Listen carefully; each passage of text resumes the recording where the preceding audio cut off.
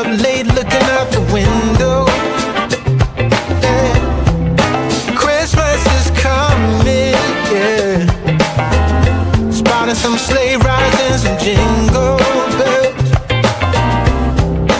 Tell all your brothers, sisters, mama and papa too.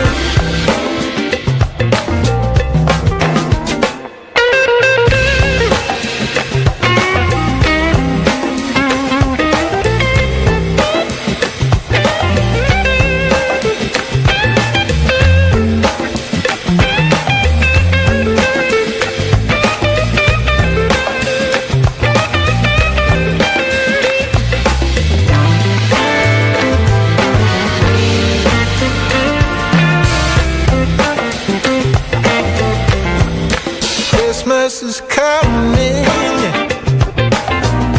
roasting some chestnuts on the fire. Yeah, Christmas is coming, yeah. Celebration and surprises.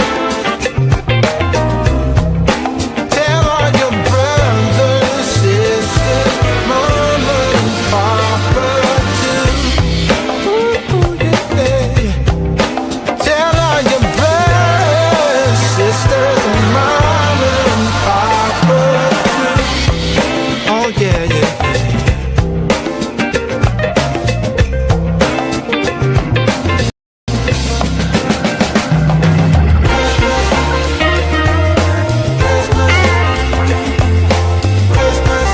Vernon this morning, yes sir. You got Vernon this morning, yes sir. You got Vernon this morning. You can call it coffee with Vernon. Coffee, Vernon got your coffee. Go get your cup of coffee. It is Thursday, y'all. Good morning, Thursday, December the 18th.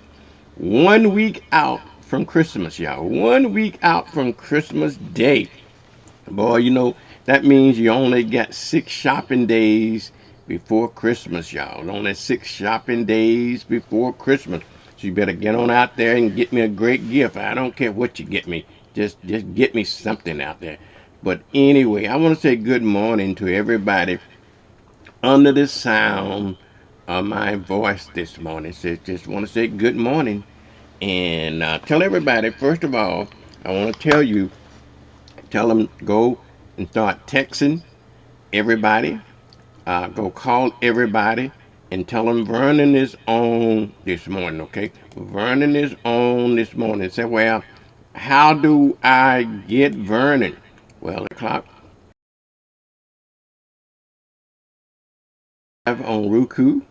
We're live on the Fire. If you don't have a Roku device, we got a Fire Stick device. We're live on the Fire Stick. We're live on the Android devices. We're live on the Samsung TV devices. We're live on the Apple TV devices.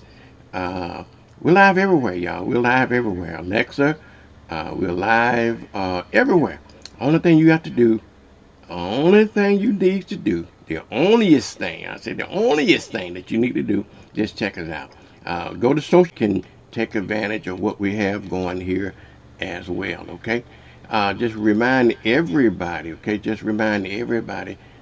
the WBQP TV is live and the new WBQP radio is live. So we're simulcasting on both the TV station and the brand new WBQP radio, okay? Brand new WBQP radio. And a little bit, our radio station a little bit different than everybody else's, because I made the radio station so radio you can see. You know, it's good to hear it, but sometimes you're sitting down and listen to the radio and ain't got nothing to do. Maybe you want to see what's going on. Maybe you want to see what song is playing. Maybe you just want to visually look at it. Everybody else's radio station, you got to look at it, okay? I mean, you got to listen to.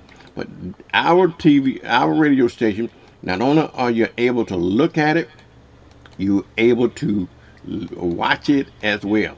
If you don't like what's on in this show is simulcast on both items, okay? Simulcast on both stations, okay?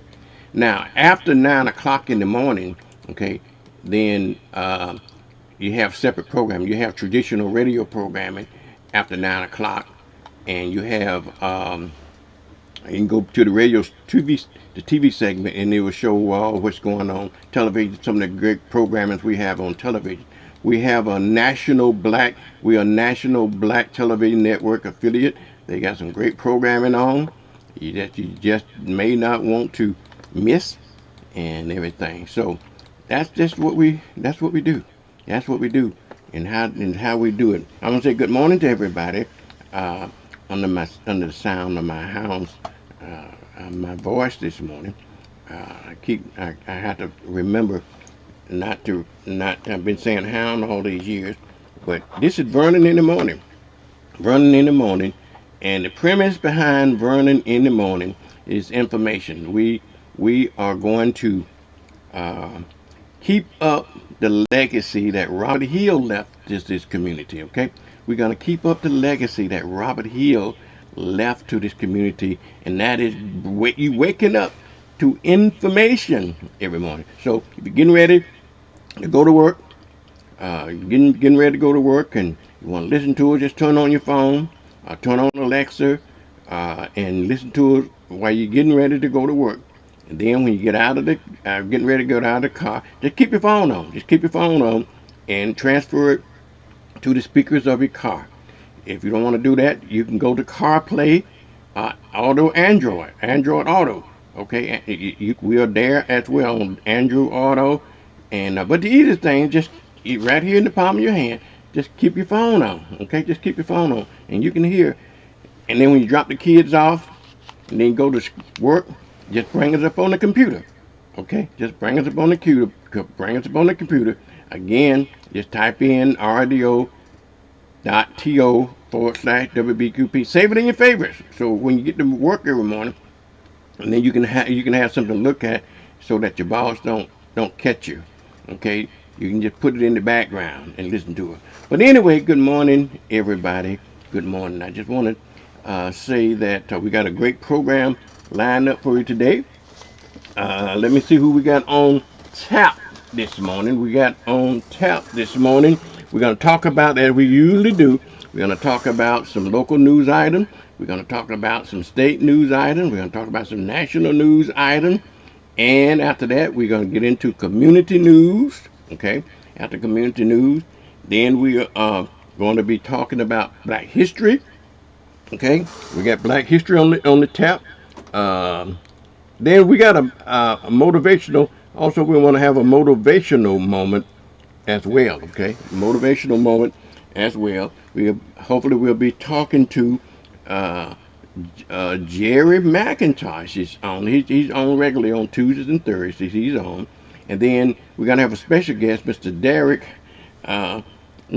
Scott. He's the chairman of the Democratic Party here in Escambia County.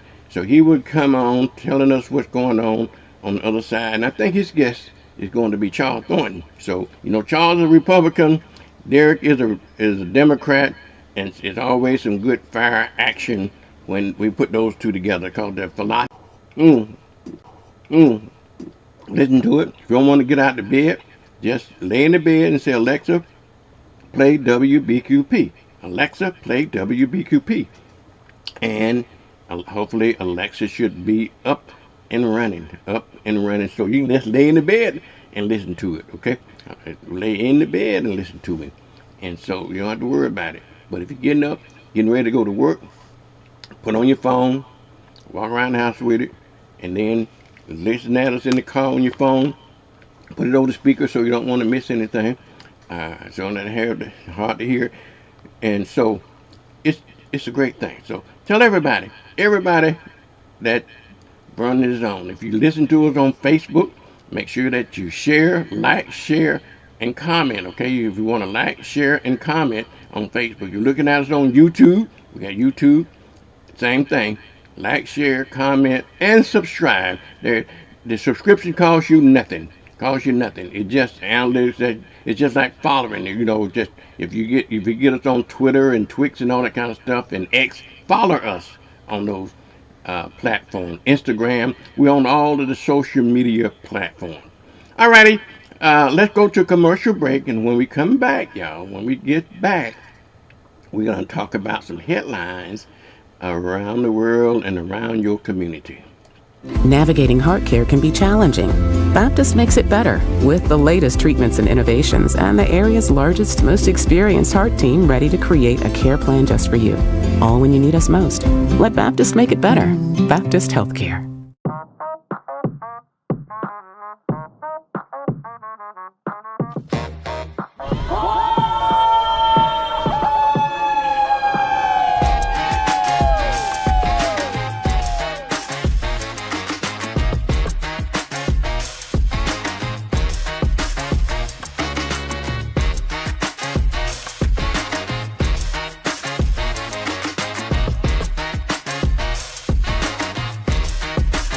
Hey, Scambia.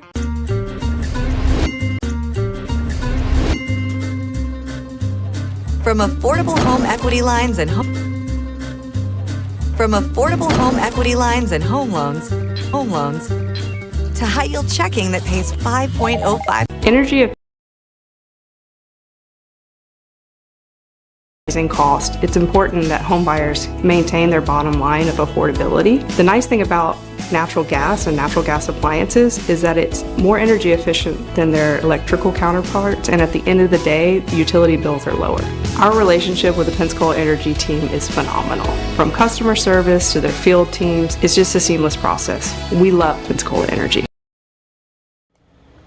Alrighty, good morning, everybody. Good morning, good morning. You got Vernon this morning? Yeah, good morning. Today is Thursday, the day after hump day, y'all. The day after hump day. The day after hump day. What they call Thursday? We gotta get a name for Thursday. Terrific. Well, let's name it Terrific Thursday, y'all. In fact, next Thursday is gonna be absolutely terrific. You know why?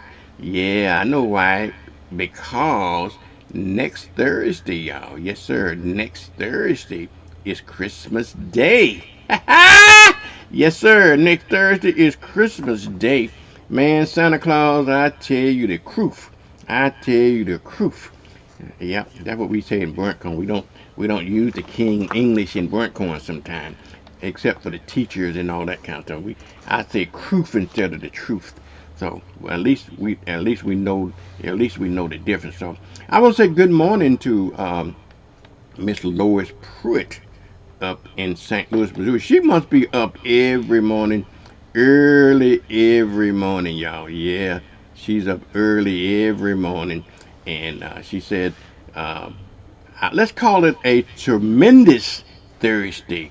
Vernon, let's call it Tremendous Thursday. Coffee time with Vernon on a Tremendous Thursday. You know, weather, let me get my coffee before it get cold, y'all. It'll wake me up and the whole 9 yards, everything. Whoo, good coffee, good coffee. If I have to say so myself. Okay, the weather. Let me see what the weather. You know, the weather is pretty decent out there, Dave, but they are in Pensacola, Florida now. We are expecting rain. Okay, we're expecting rain in Pensacola this morning. Okay, we're expecting rain, so you get that. It's a good 62 degrees according to my weatherman. Okay, so you know how that goes with the weatherman. But there's a high percentage chance of rain today, so you don't have to get your umbrella out this morning. Okay, get your umbrella out this morning. Okay, and so y'all ready for some headlines? Just some headlines in what's in the headlines today.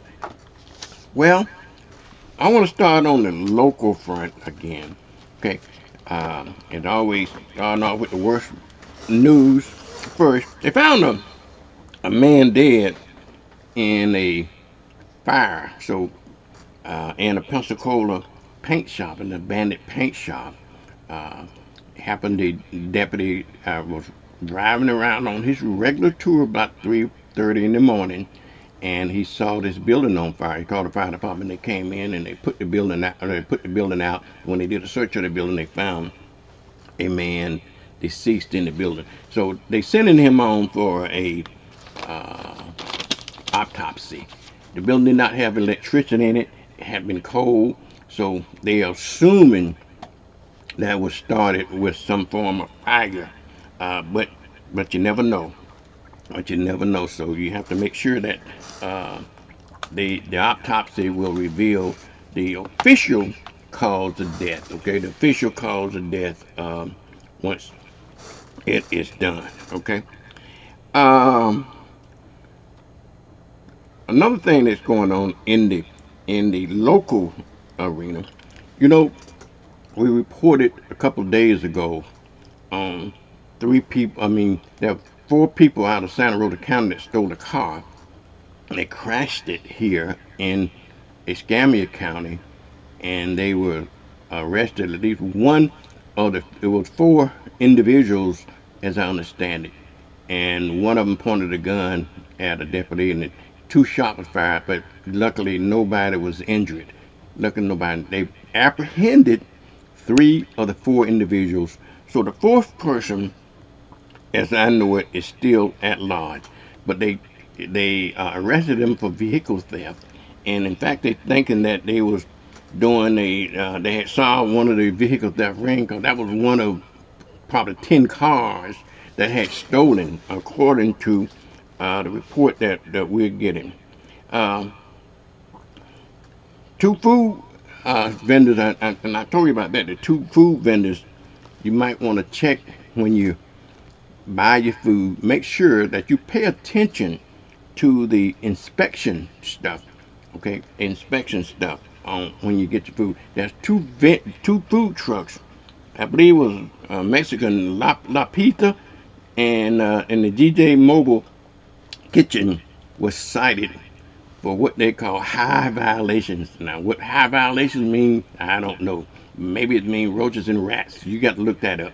So go to your news source and find out what that means. But the good part about that, y'all, when the Department of Health, they do their inspection regularly, but the good part about it, on the list of inspections, they only found two, but 17 of the number of inspection they did, 17 received perfect score. Okay, and so you look it up. If you make sure, you can look it up on the website. Look it up on the website. For your restaurant, your favorite restaurant that you eat at, you might want to check. You may want to check the food inspection thing to make sure that they're treating you right. All right. Speaking of accidents again, in Warrenton on last night, that 3 people were hospitalized in a motorcycle car crash on New Warrenton Road.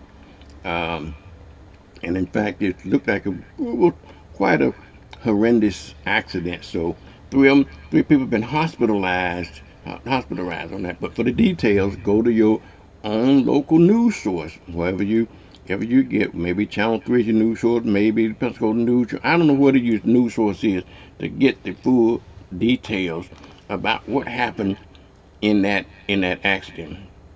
And like I said earlier, they have not found that fourth suspect in that other event. Also, a 42-year-old man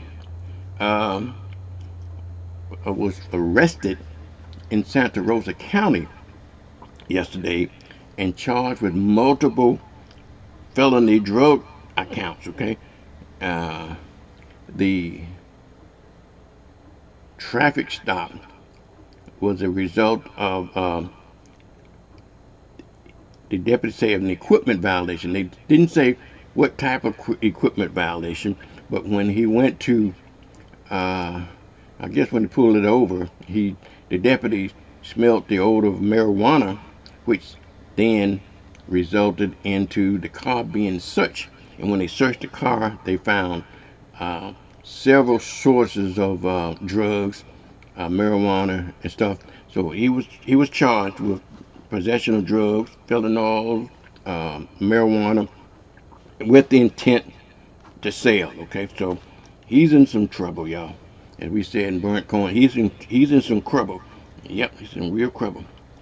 Um, Again, another accident happened where a car crashed into a pediatric center on 12th Avenue yesterday. Nobody was hurt, thank God. Nobody was hurt. So follow this story if you want to know a little bit more about that. Follow this story uh, in your local news source. Um, there's another Ford vehicle pileup. Okay, it's Christmas time, and it looked like the main accidents are always increased during Christmas time. But there was another vehicle crash, leaving one person injured uh, in Escambia County, where it involving a Mack truck and a couple of one SUV and a couple of vehicles. So, but nobody was injured in that crash. But it's a full car pileup, if you will.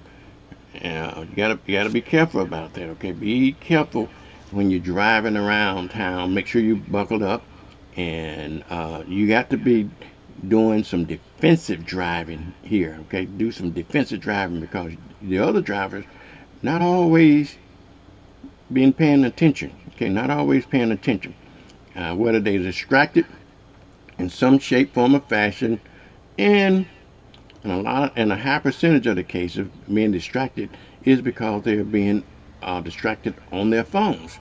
Okay, so be careful about that. Okay. Also in the news, in the local section here, an 84-year-old man was sentenced to 30 years in prison, y'all. 30 years in prison for violation of probation. Okay, and what he was sentenced for originally, he was a sex offender. Okay, a sex offender, and he had spent, I guess, like 3 years in jail, and then they give him so many months or so many years of probation, and he couldn't still stay out of trouble. Okay, his probation officer. How did they determine this? I don't know, but they determined he was involved with pornography on his computer, and so therefore, a 3-year prison sentence and probation. He had an original 30-year sentence. They only give him 3 years, and then he had to do the rest of it on probation. He couldn't do that, so they sent him back to jail for 30 years. Wow, isn't that something? Isn't that something? Well, let's look at a little bit stuff on the good side. Okay, it's Christmas time, and if you want to give a gift of life. Okay. Give the gift of life. Become an organ donor. Okay, consider that. When you get your driver's license, or you go down to DMV, just say that you want to be an organ donor. Okay, I'm an organ donor. I figured, well, by the time nobody's gonna need my old parts, no way. But somebody might. Okay, somebody might. I don't want to make light of this. I just want to make sure that consider that. Consider being an organ donor. And because somebody else can use some of your parts. You're not going to need them after you close your eyes. So why can't somebody else benefit from them? Okay, sometimes we don't like to do that. But think of it this way. Think of it this way. Okay, if you are a organ donor, you get to live on even after you're gone. Think about it from that perspective. You get to live on where you're gone. Somebody else, you can extend somebody else's life. So sign up to be an organ donor. Now, I said all of that to say, y'all. Yeah, I said all that to say is that a lady gave her father and I guess it happened to be Christmas time, but not just for Christmas. But she gave him a kidney donation. Give her a kidney. He had been on the kidney donation for a long time. They say it probably could take up to 10 years for him to get a match for his kidney. So him and his daughter decided she's going to donate a kidney to her daddy.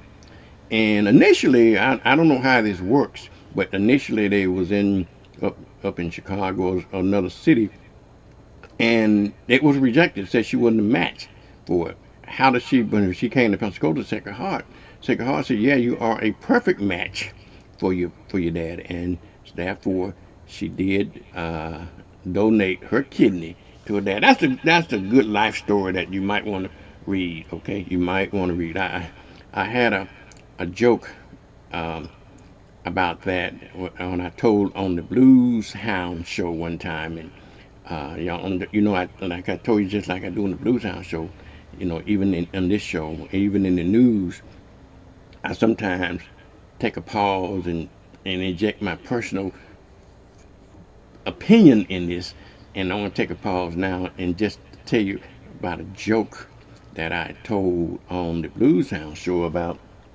that uh, donation. A man, a man was um,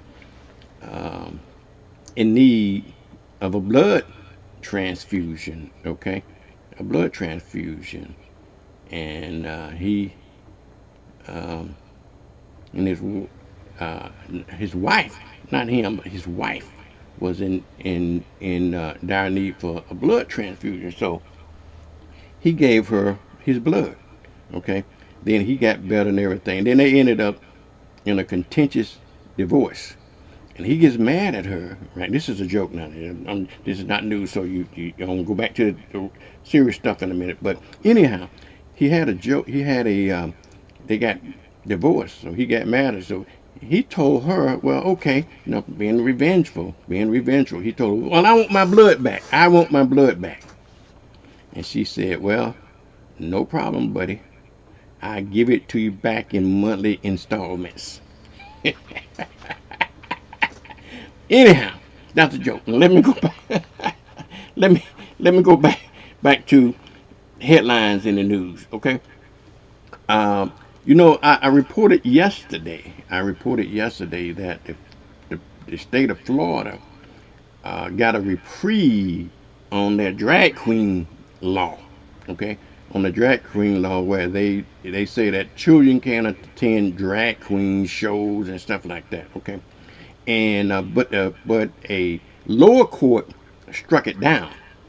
Then they appealed it to the 11th Circuit, and the 11th Circuit overrode the lower court decision, and now Florida can implement that particular law. All right, now I said that to say, you remember the drag queen show that's going to be here in a couple of days? Okay, the drag queen show. The state of Florida had demanded that Pensacola cancel the drag queen show, and the city of Pensacola said no, we're not going to do it because we waived the option.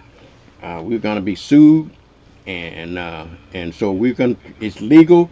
No children going to the drag queen show, and so therefore we are not going to cancel drag queen show unless you, the state of Florida, end up paying out legal bills and end up buying out the people contract and stuff like that. The state of Florida just outright said, "No, we're not going to do that. We just want you to cancel the show." Well, now that and they stuck by their guns, the city of Pensacola stuck by their guns, and the state couldn't enforce it anyway. And but anyway, somebody had challenged the state's law, what they passed, and the lower courts agreed with them, said no, it's not constitutional what you did. The 11th Circuit Court of Appeal reversed it, and now the Florida AG, I think his name Ultimeyer or something like that, Ultimeyer. Now he told the city of Pensacola, hey, you know what it said? We watching you. We're putting you on notice. So so they're gonna have to revisit that drag queen show at the Pensacola Theater. Okay, and so I'm thinking that it will go on. It does not involve children. The law that the state of Florida passed just involved making sure that no children attend drag queen show, which fine, but they wanted no drag queen shows at all based on religious reasons. Okay, and so we don't know whether that's going to fly or not. So watch out. The controversy about whether or not the drag queen show would go on at the Pensacola Singer Theater, we'll see about that. All right, what about you folks that play the Powerball? Wow, you talking about a great Christmas gift, y'all. The Powerball is at the unbelievable amount of 1.2 plus billion dollars, okay? 1.2 plus billion dollars. That $1 billion, 1,200,000,000, and it's probably more than that now. That's as of yesterday. As of yesterday, and I don't think they had a winner. If they did, I missed the news this morning. If they did have a winner, okay. If they did have a winner, I doubt it. But play the Powerball. Wouldn't that be the most beautiful Christmas that you ever had? Now locally, y'all, locally, most folks been having their luck going to Publix, because Publix has had about 5 or 6 winners, and you might want to scratch your head. Well, they sending all the winning tickets to Publix. Publix is traditionally not in our community; they're outside of our community, but we go there to shop anyway. But anyhow, I don't care where it is. If it's gonna get you $1 million, $1.2 million, go ahead and play. Do what you need to do. Play play the Powerball, okay? If you want to do that, I'm the type of person. Again, I usually don't do casinos. I don't gamble, but every once in a while I will play a lottery ticket like that. But I only buy one ticket, cause my philosophy is hell, and only one ticket gonna win. So I'm only, if I contribute to it, only gonna be $3 or $4, $5. I'm not going to do like some people buy $100 a ticket. And I know why they do that, because when you gamble, you just increasing your odds. I do understand that. But anyhow, if no winner for the Powerball, you just take a chance, write those numbers down. Maybe remember those numbers that your grandma and them used to play, and they used to remember they run the numbers. And a little black history fact for you. A little black history fact, okay? I want you to check this out. We're going to talk about black history in just a little bit as well.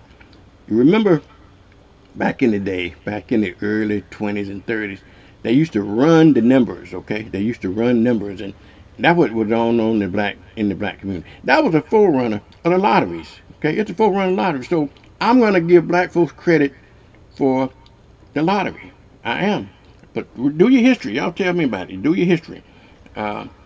Also, they arrested a man. A little bit more news on the local side.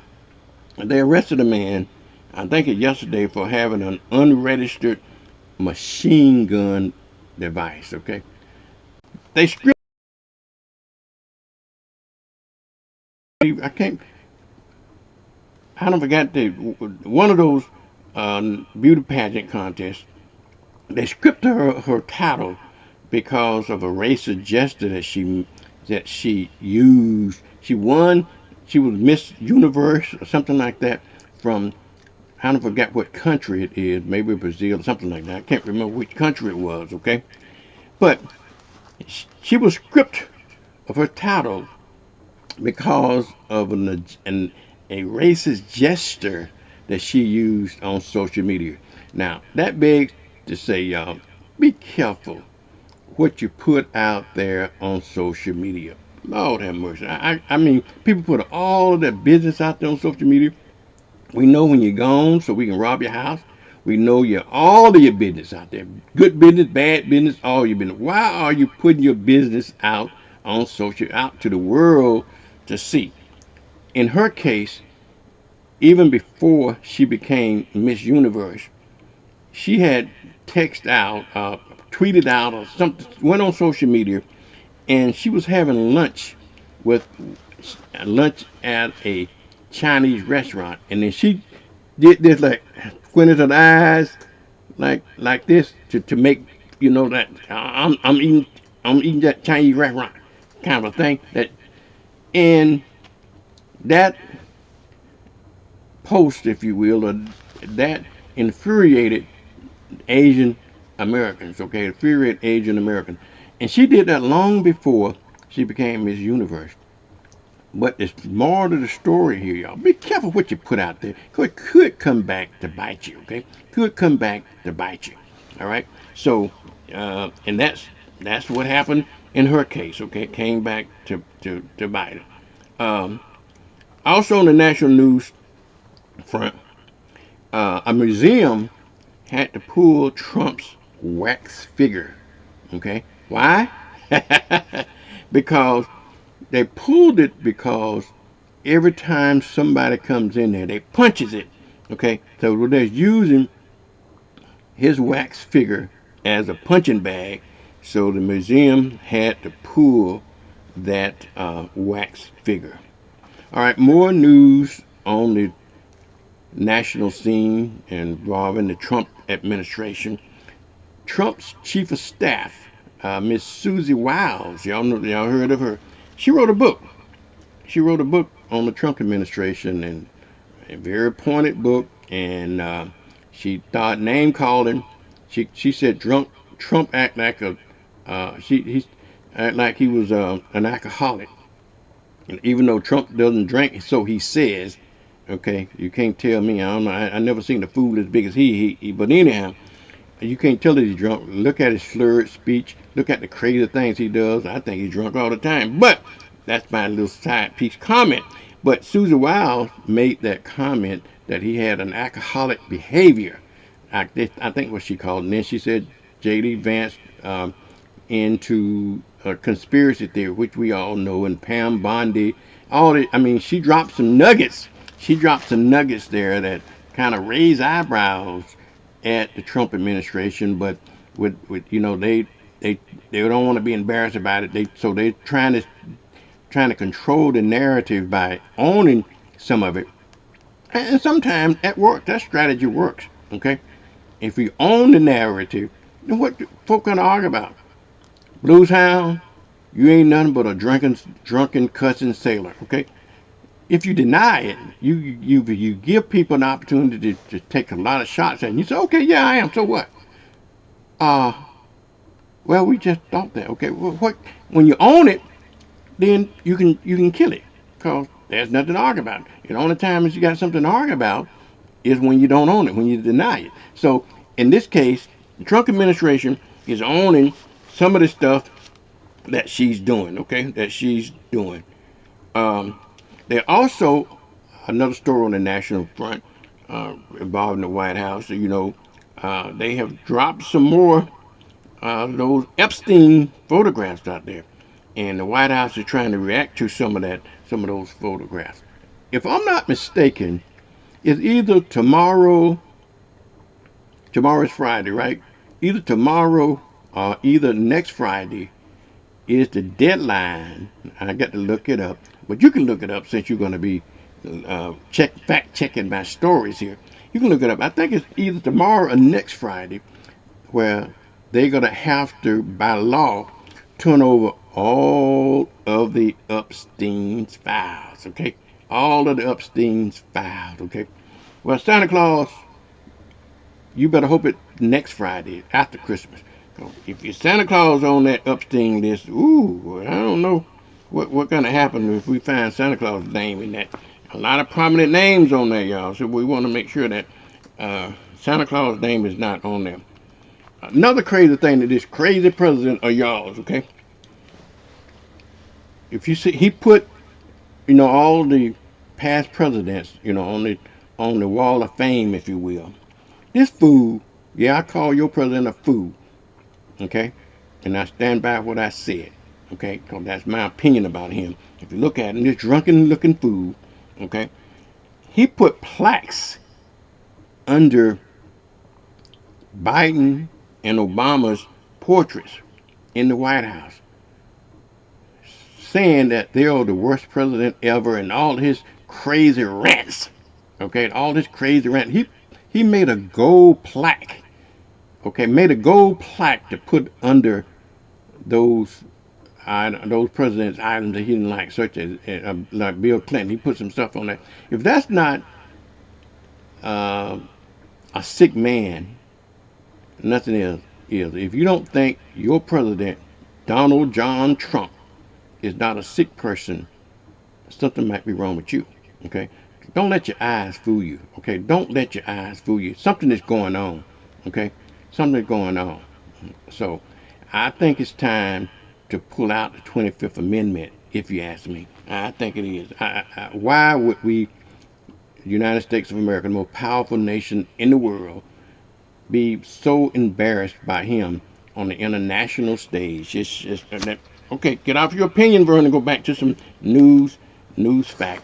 Another one of his cronies, John Bongino, he resigned from the FBI. He was a deputy FBI, a co FBI something. He was some appointment. He was a conspiracy theorist, and he was one of the main one floating conspiracy theories about the FBI. Him and the FBI director, Mr. Cross Eyes. I can't call his name right now, but you know what I'm talking about. That is in charge of the FBI. Both of those individuals was conspiracy theorists. Okay, conspiracy theories, and now they're in charge of the FBI. And I guess when they went there, they found out it wasn't as what they thought. Okay, but anyway, this guy by the name of Dan Barano, he was a podcaster and a conspiracy theorist, so he resigned from the administration yesterday. Good riddance. So long. Have a good life. You're gonna do it in January.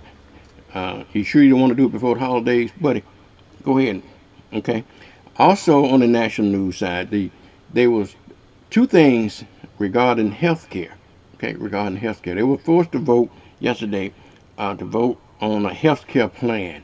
Okay, and it's I don't know what in the hell they came up with, but you got to look at it. It's nothing to need to be concerned about.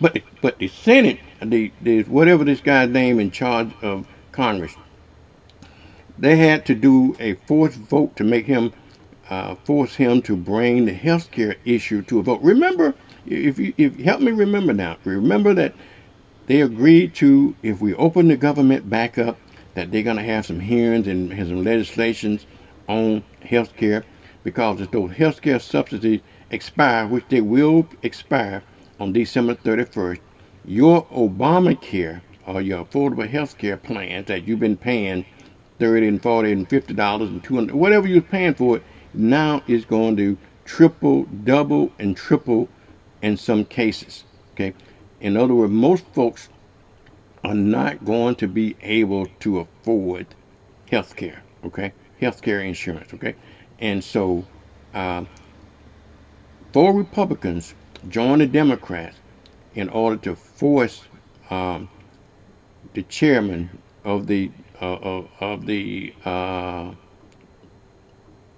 House of Representatives. I can't even think of that old boy's name, but he's stupid, from Louisiana. They forced him to have a vote, just like they did before on the Epstein file. They had to force him to bring it to the House on the vote. Why did we have to put up with crap like this? I don't understand it. Why can't we have Republicans when they don't do their job, and Democrats when they don't do the politicians when they don't do their job? Why don't we have a policy of recall? You know, if they're not doing the job the way we think, if we can petition enough, get enough people to petition, why can't we recall them? But we can't. That's the law, not the law. We stuck with them for 2 years or 6. If you were a House of Representative, we stuck with them for the next 2 years. If you're a senator, we're stuck with you for 6 years. Okay, and you can do nothing about it. They can play politics all day long, and we can do nothing about it. So, in other words, at least 4 Republicans had enough spine to partner up, reach across the aisle with the Democrat to force a vote on the health care, rather than Mike Johnson, that's his name, rather than him having a vote. He knew he got to do the vote, but he's playing dirty politics.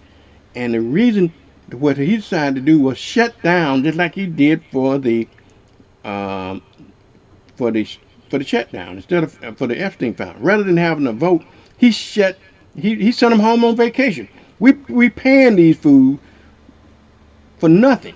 Okay, even when everybody else wasn't getting paid during the shutdown, they was getting paid. And they was on vacation that whole time, on vacation.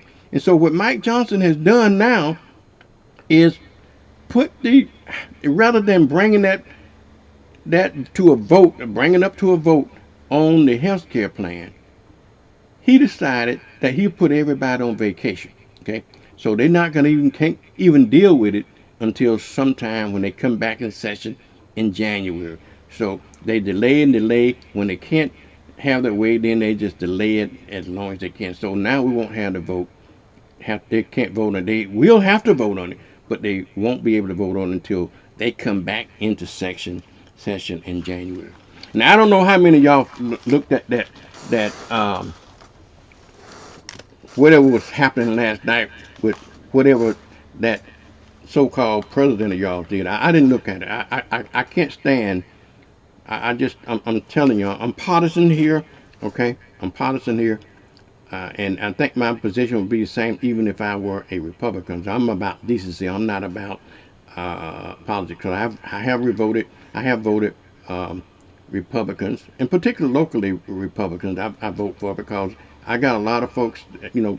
Chip Simmons and Republicans. My county commission Republicans. I voted for those folks. So I vote across the aisle. I vote for people I think gonna serve our best interest. But I'm real partisan when it comes to national politics, and I make no secret about it. I'm open. I'm transparent about it. I'm no fan of your president because I don't think that he's worthy of the presidency. Well, you should respect the president. I respect the presidency, but I don't respect the president. Okay, I respect the office, but I don't respect the man. The reason I don't respect the man because the man don't even respect himself. I cannot believe how deranged he is, and I can't believe how the American people even would allow it and put up with it. All right, folks, I done had my little ranting little say about what's going on in the news, on the local scene, on the state scene, and on the national scene. And they said, well, you're supposed to be reporting the news. Well, so do CNN, so do Fox. They report the news, but they report what I call opinionated news. So I'm entitled to my opinion about something. I know you don't agree with me, and that's okay. We can agree to disagree about some of the issues, and that's fine. And speaking of agreeing and disagreeing on political things, hopefully we're going to have Derek Scott on. He's the chairman of the Democratic Party here in Escambia County. And then we're hopefully one of his guests today is also going to be Charles Thornton, which he's the vice chair of the Republican Party here in Escambia County. So we got to learn to agree and disagree. And one of the things I do advocate that you will listen, because my grandmama used to tell me all the time. She says, son, they say it's two sides to a story, but she says that's not true. She says always three sides to a story. Your side, my side, and the truth. So you listen at both sides, okay? And then you make your decision about which way you want to go, okay? But if you only listen to one side and make a decision, you're going to be biased. Listen to the other side. Maybe the other side can shed some light on something that can clarify something for me. Then when you hear both sides of the story, then you make your decision on what you want to do. And that's what I think I did. I think I fairly did when it came to your president of the United States. I listened to his side and I listened to the facts, okay? And guess what? I'm sticking with the facts. All right, y'all, I got to take a commercial break. But when we come back from the commercial break, y'all, we're going to have a motivational moment. We're going to talk about some Black history. We're going to talk to Derek. We're going to talk to Mr. Jerry McIntosh. Jerry's on twice a week on Tuesdays and Thursdays. And we're going to bring on Derek. And then we're going to talk to Mr. Walter Gully about an essay contest at the L.L. Jordan Museum. I'm going to talk about that as well.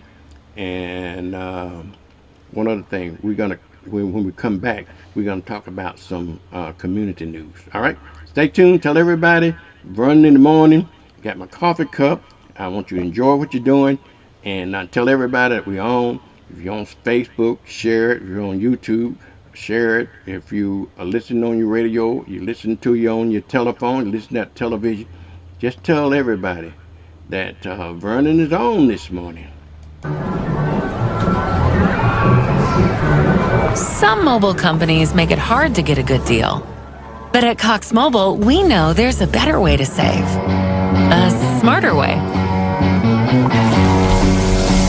That's why we run on the network with unbeatable 5G reliability without breaking the bank.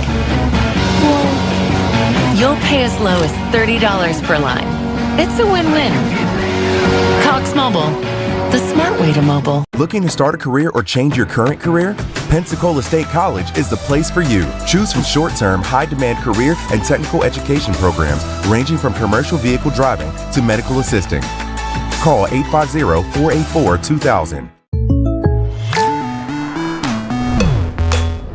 The State Farm Personal Price Plan helps you create an affordable price just for you. Call State Farm agent Arthur Searcy for your personal price plan today. I remember these. Will I have the money to send my kid to college? Well, that's specific.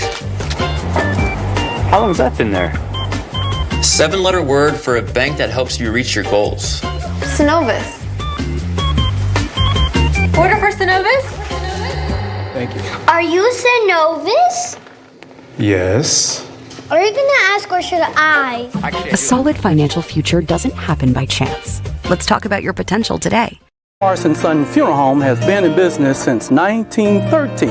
Hi, I'm David Hawkins, the owner of Joe Morrison Son Funeral Home, saying we are a full-service funeral home. We offer pre-need funeral planning. We have a newly remodeled chapel and conference facility. Stop by and see us today. We have 9 vehicles, all waiting to service you. At Joe Morrison Son Funeral Home, we appreciate your stopping by.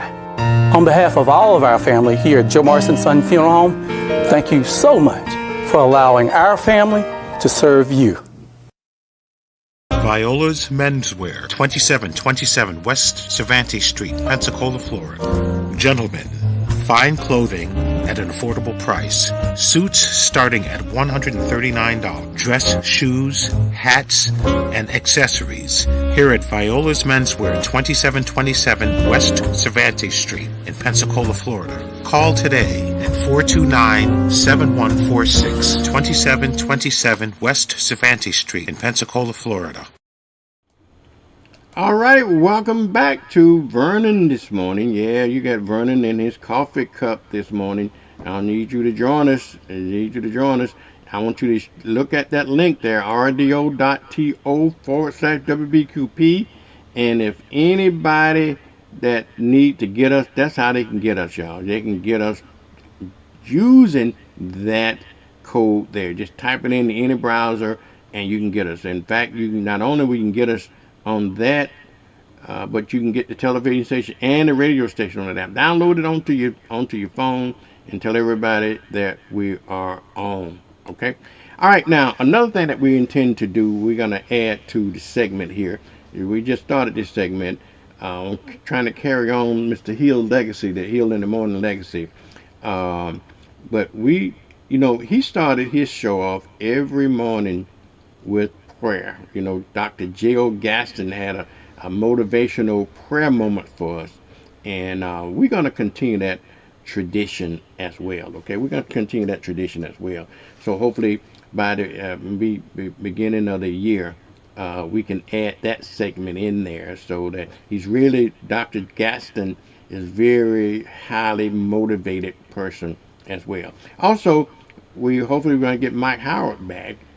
He's a very motivational person as well. Okay, so we intend to make the show a little bit bigger and a little bit better as we go along here. All right, let's get into some community news. As I was saying earlier, the Ellen Jordan House, Ellen Jordan House is going to hold a MLK Black History essay contest. And we're going to have Mr. Walter Gully. He's the chairman and the president, if you will, of the Ella Jordan House. We're going to have him on about 8:30 to talk about this essay contest. And it's involved monies, okay? It's involved monies, if you will. There's a $500. Yep, there's a $500 prize, first prize, first prize that goes with that. Okay, yep. Then second prize is is $300, and I think third place prize is $100. So we will talk to Walter about that as we go along. Okay. Also, we are going to be dealing with we got the Gospel Soul Bowl. Okay, the Gospel Soul Bowl is going to be next year. Okay, January the 4th. If you hadn't gotten your tickets, Dr. Eddie Steele is holding his 10th annual Soul Bowl. It's going to be at the First Baptist Church of Warrenton at 105 Gulf Beach Highway, where the illustrious Dr. James H. Miller pastor, y'all. And they got all kinds of acts on there. Oh, Lord. They got, Dr. Miller is a is a singer in his own right. He can throw down. But along with him, they're going to have the spiritual persuaders. They got the Fleshman Singers of Cleveland, Ohio. They're going to have the Besters of Slidell, Louisiana, where the old blues man is from. They got the Browns 4 of Memphis, Tennessee. They're going to have the Vestos Children coming back. They're going to have Dr. James McKee and the Humble Spirits of Thomasville, Alabama. They have Ruth Black and the Harmonettes of Andalusia, Alabama. They're going to have a whole host of local artists like Deacon Michael Jackson, a whole bunch of folks. You just don't want to miss this show, okay? You just don't want to miss this Gospel Soul Bowl. And the tickets are only $30. Donations are $30 in advance. If you got to pay at the door, gonna have to pay a little bit more at the door, $35 at the door. And if you got children under 12, they are admitted free. So if you want to get your tickets, give them a call. Give them a call at 850-525-7188. That's 850-525-7188. Or you can pick them up at the Goodfellows Barbershop, or the Original King's Barbershop, the Grease and Go Food Vendor, and everything. So you definitely don't want to miss it. And tell them that you heard it right here on the Vernon's Morning Show, okay? Tell them you heard it right here on the Vernon's Morning Show. Okay. All right, let me move on to the next topic here, which is near and dear to my heart, is the 37th annual MLK Parade, which is going to be held in downtown Pensacola, y'all. So you need to go ahead and get registered for the parade as soon as you can, okay? Get registered for the parade as soon as you can. You know the number. You all should be memorizing the number by now, okay? The number is 850-378-9242. I will repeat it again, so get your phone. Put it in your phone. Just put it, because we deal with this every year, so you might as well to make it a contact in your phone, okay? Make it a contact. Get your phone out, okay? And create a contact and put in your contact MLK hotline, okay? MLK Parade hotline, okay? Put it as an MLK Parade hotline. MLK Parade hotline, okay? The number you want to type in 850-378-9242. I'm going to repeat it just in case you didn't get it, okay? 850-378-9242. Okay. Now if you want to get registered for the parade, if you don't, if you go on the website, also the information is on the website as well. But I don't care how you get it, just go ahead and get it. They're also looking for vendors. If you got a food truck, or you got a specialty that you want to share, now's an opportunity to make some money. Okay, Reverend Don is going to be back on. He gonna come on once a week, pleading for you guys to sign up as a vendor. We want to make this parade as big and better and as beautiful as possible. Also, while I'm on the subject of parade, if you're entering in the parade, we got a theme, and we always want to keep your entries as close to the theme as possible. This year's theme for 2026 is with unity, we won't go back. Okay, with unity, we won't go back.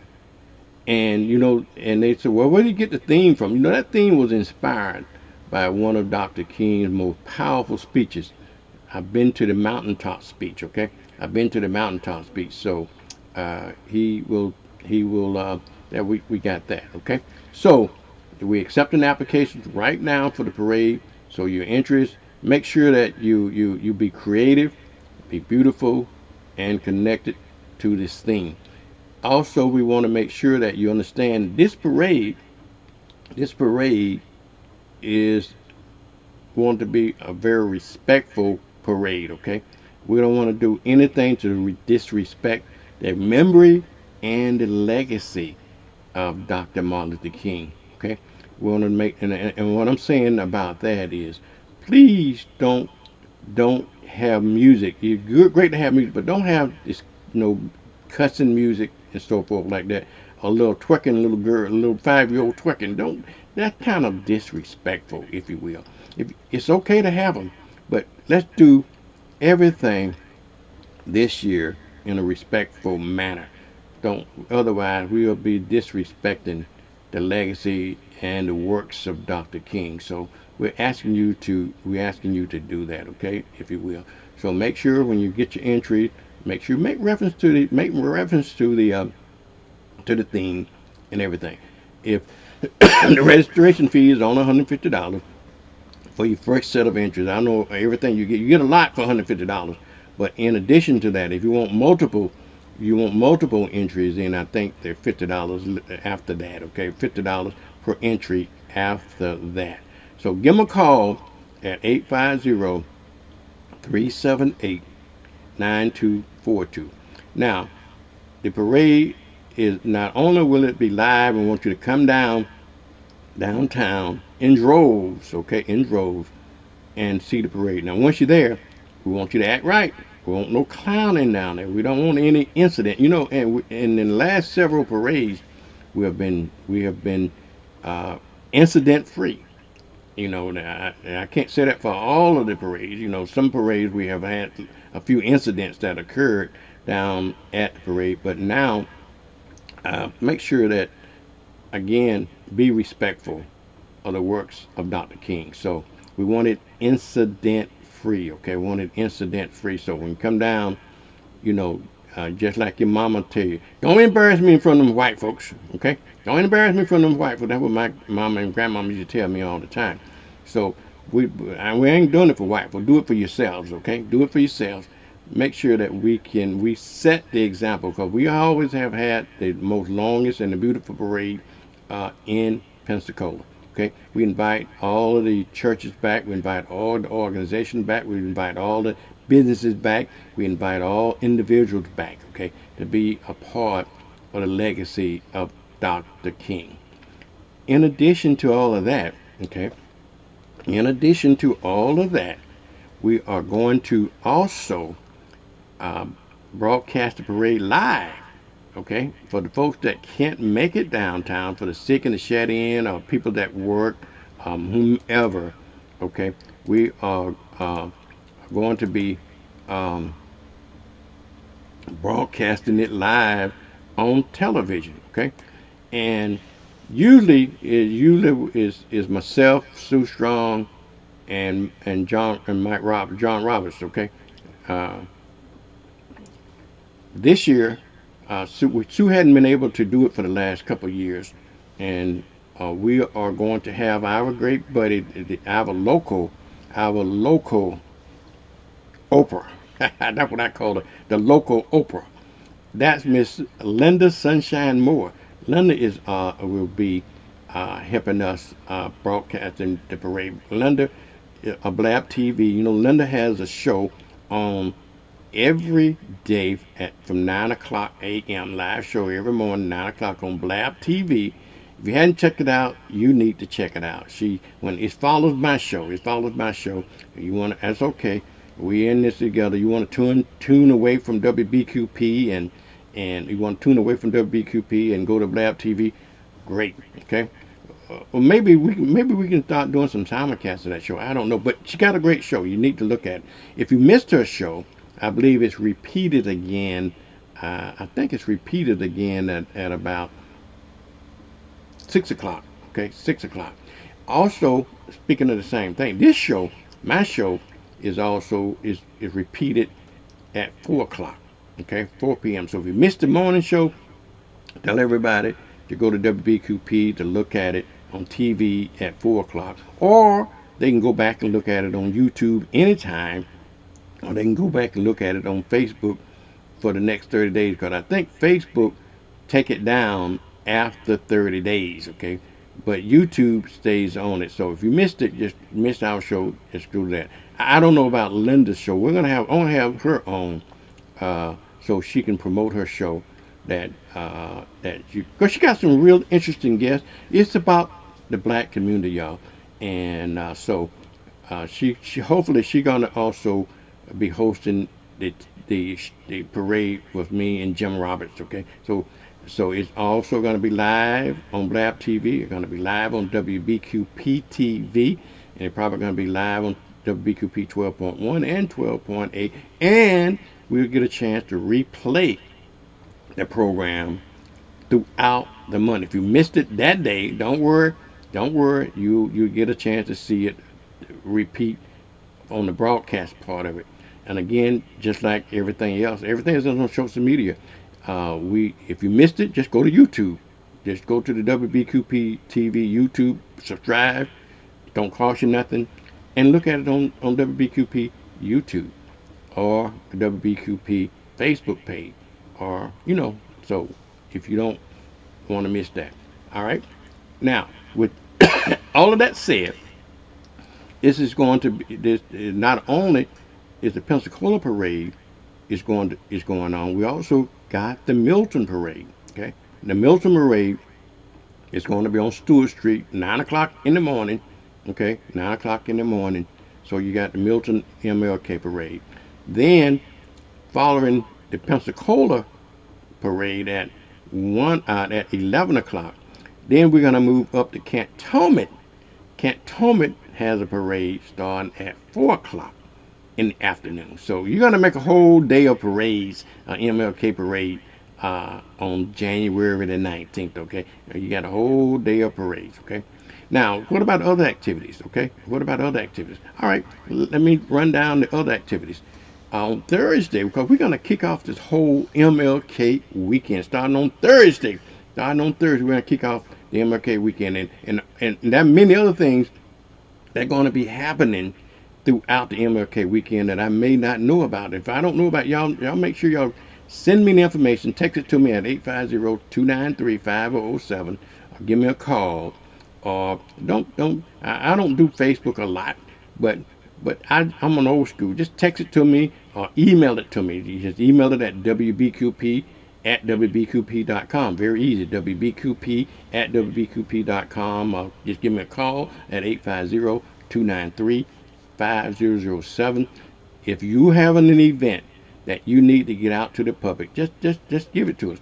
So if there's other MLK activity that's going to go on in the month of January, let us know so we can get the word spread for you. So let's start now with what we're going to do for the MLK weekend starting on Thursday. The MLK CCC, and I'm going to have the chairman on and let him talk about that as well. And I don't know what date we're going to get him on, but Reverend Ford, I believe, is the chairman now. But anyway, we're going to talk about it. We're going to start off this weekend, start off the MLK weekend on Thursday. As usual, we're going to have the Youth MLK program, which it was held last year. Most of the activity was held at the Greater Little Rock Baptist Church. That's my church, okay? That's my church, and my pastor, Reverend Lonnie, yes, sir. But anyway, he stepped up and offered his services and his building for the MLK program last year, and I think that is the case this year. But the youth program is always Thursday nights at 7 p.m., the MLK youth program. Saturday, we're going to have the MLK prayer breakfast, okay? The MLK prayer breakfast, which is also last year was held at the Greater Little Rock Baptist Church. I'm assuming that is the case for this year. I hadn't gotten the official lineup just yet from the MLK CCC. And then on Saturday nights, and I got to get back with Lumen, he's going to get me the information on Living the Dream. That is a great program. You haven't, he and Troy Rafferty and some other folks always hold that annual Living the Dream program, which usually be held Saturday nights at the Brownsville Community Center. So if you hadn't gotten your ticket, you might want to inquire about that and everything, okay? Want to inquire about it and be a part of that. On Sunday, we are going to hold the MLK Gospel program, or the religious program, and on Sunday that usually is at 3 p.m. okay, at 3 p.m. on Sunday. And then of course on Mondays we're going to have the parade, starting off with the Milton MLK parade at 9 o'clock. And when they finish their parade, you got time to go to Milton parade and then be back to Pensacola for the Pensacola parade, and then leave the Pensacola parade and go to the Canton parade. But when the Santa Rosa County MLK committee finished the Milton parade, then they have a MLK block party starting around 12 noon, okay? For you in Santa Rosa County, you don't want to miss that. Got a lot of activities going on and so forth, okay? MLK block party. And then, of course, the parades at 11 o'clock in Pensacola, and the parade at Cantonment at 4 p.m. So that will wrap up a lot of the activities, going on MLK Day and MLK weekend. If you continue to look at WBQP, we're celebrating MLK all month. We got a lot of MLK programs, a lot of MLK speeches, and I have a lot of MLK vignettes running throughout the month of January, honoring the works and the times of Dr. Martin Luther King. So you surely you don't want to miss some of the activities that we have. We got some great programming involving Dr. Martin Luther King, okay? Which leads now into February, which is Black History Month. And we'll talk about Black History Month a little later on into the program. We're going to have some Black History vignettes, if you will, and I still got some Black History vignette I'm going to show you as well, okay? And well, let me go to a commercial break, and then let me show you a Black History vignette, okay? When we do have Black History, because I don't want to miss that. Sometimes I get tied up for time and don't want to miss it. But anyway, let's do a little Black History, and when we come back, we're going to be talking about a little bit about Black History. Hopefully that we're going to be talking to Jerry McIntosh and Derek Scott and Mr. Walter Gully as we go along here. All right, y'all. I'll be right back.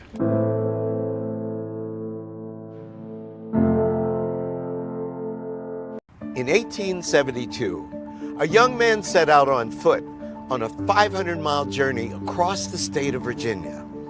His name was Booker T. Washington, and he was heading for the Hampton Institute, a school that had been founded for the training of the freedmen and the freedwomen following the Civil War. Little did he know that he would become that school's most famous graduate.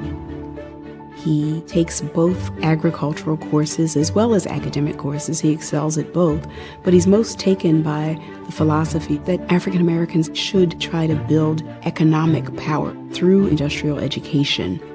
Booker T. Washington becomes the principal and leader of Tuskegee Institute in Tuskegee, Alabama, a school for African Americans, and creates it into something that no one ever saw before.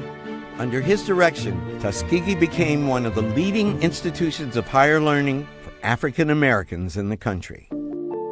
His success brought him a great deal of national attention and launched him onto the lecture circuit. In 1895, he delivered his most famous and most controversial address. It became known as the Atlanta Compromise. The speech was artfully crafted to impress his largely white and extremely conservative audience. In the speech, Washington urged African Americans to focus on long-term economic development rather than continue to agitate for their civil and political rights. He thought that it was best for African Americans to gain an industrial education and ideally translate that into land ownership, business ownership, and build up institutions of their own. In a way, Booker T is saying we have to remember that our well-being relies on the goodwill of white people. And the best way to ensure our future is to make ourselves useful to white people rather than agitating for a partnership they clearly are not ready to give to us. To his most searching critics, Washington was leading African Americans backwards towards slavery. But some of his behind-the-scenes efforts reveal a more complex picture. At the same time as his public-facing politics were accommodationist, he's also funding anti-discrimination lawsuits challenging Jim Crow segregation. So he understood the problems of segregation. He was trying to find a way for the masses to survive and endure until the context changed.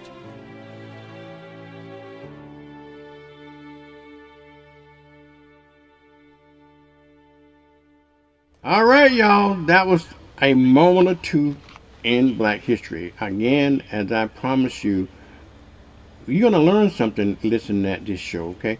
And since Black history has been under attack here in the state of Florida and around the country, my job and my responsibility is that I'm going to keep Black history alive 24/7, 365 a week on WBQP TV, okay?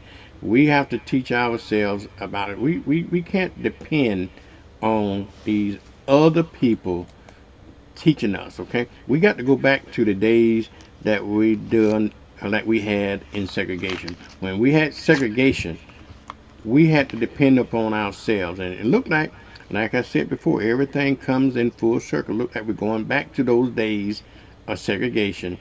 And one good thing about segregation, and I always said, always a silver lining behind every dark cloud. Even though segregation was not right and wasn't fair, but it did one thing for the Black community.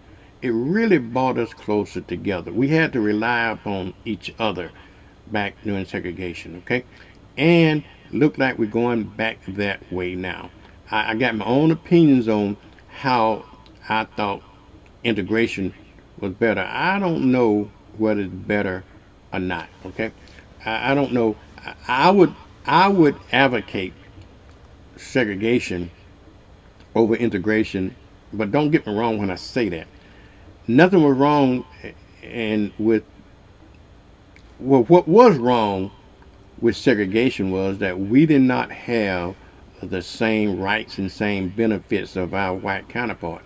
If we had the same rights and same benefits of our counterparts, and then maybe segregation would have been okay, okay? But we didn't. That's why we integrated. But the problem we find, this is a little Black history facts, if you will, the problem that we find with integration, we beginning to lose our culture. We gave up what we had to try to assimilate into somebody else's culture, and it just did not work, in my opinion. Still hadn't worked, Okay, we still segregated in many ways. Okay, look at the school system. Look at the school system. You get a few sprinkling of white folks in the class, but they send their kids to private school. Okay, and but all we was asking for in segregation is give me the same level of rights and saying, when we had segregated schools, instead of having secondhand books, well, give us the same books you gave to white people, and then would have been okay, with segregation, okay. But any rate, being that it's May, that when we decided to integrate the school and integrate when we passed the Civil Rights Act in 1964 for accommodations and transportation and schools and so forth, okay, then we tried to assimilate into a white culture, which does not work, okay. It does not work because we cannot assimilate. At best, I'm just philosophizing here just for a second, okay? I'm just philosophizing. They're trying to make the United States of America a melting pot. You hear that term thrown around a lot, okay? Well, the melting pot theory did not work well for people of color, okay? I want you to follow my logic. We're not a melting pot. We're a multicultural society, and I'll give you an analogy on what I mean. A melting pot is just like a stew that you make, some kind of a stew that you make, okay? And you throw everything in there, but everything comes out the same, okay? Everything comes out. It's just like a blender, okay? And that's a good example. You put a blender and you throw everything in there, okay? You throw everything into a blender, and then you're gonna get one thing out of that blender, okay? And then you got a little bit. That's the idea of the melting pot, okay? That was the concept. The concept sounds good on surface, okay? Sounded good on surface, but it didn't work in practice, okay? Because what they were saying is that, and I want you to follow me. This country has always been a racist country, okay? And I stand by that. It was founded upon racism, and it was built upon racism. But one of the things, and not only black folks suffered the discrimination that we experienced, white people suffered discrimination as well, but they suffered discrimination of a different sort. When white people came in this country, they were segregated because of maybe their language, the nationality. You got Polish people, you had different kinds of white people coming in this country, and the Irish, all of them suffered some form of discrimination. But the good part for them, that the only thing they had to do was change the name, and they could not only they change the name, but once they learn the King English, they learn to talk like everybody else, and then they can assimilate. They can assimilate into the main culture. You couldn't tell if you couldn't tell a Polish person from a person from England, a European, or a person from a person of a white race, even a Russian. If they come in here, first generation, they got discriminated against because of their language. Maybe second generation because they still hadn't melted into that. But by the third generation, they don't learn the language. But the only thing difference is that they look like a regular white American. And so, in that respect, the melting pot theory worked well because just on surface, we discriminate on people just on what we see. If you speak different, or you look different, or you act different, or you're disabled, something like that. We shun people because of the differences. Okay, the differences they have. All right, but once those differences are overcome, then it's harder to tell who's who, and that's how the melting pot works beautifully for white people. But it was a different source, okay, for black people. When you consume all the white people, you put them in there in some milk, okay, or you can have all kind of white milk. That milk gonna remain white, okay, And so it worked fine. Okay, we might want to call it Polish. We might want to call it any of the immigrants that was white. They came in and they was able to, by third generation, they was able to assimilate. They were just a regular white person. Okay, a regular white person. So whether you was from Germany or where you from Spain or whatever part of the country, as long as you were white, you was able to assimilate. And that in that theory works fine. The problem is when we start having people of color to come in, okay? Think about this for a minute, okay?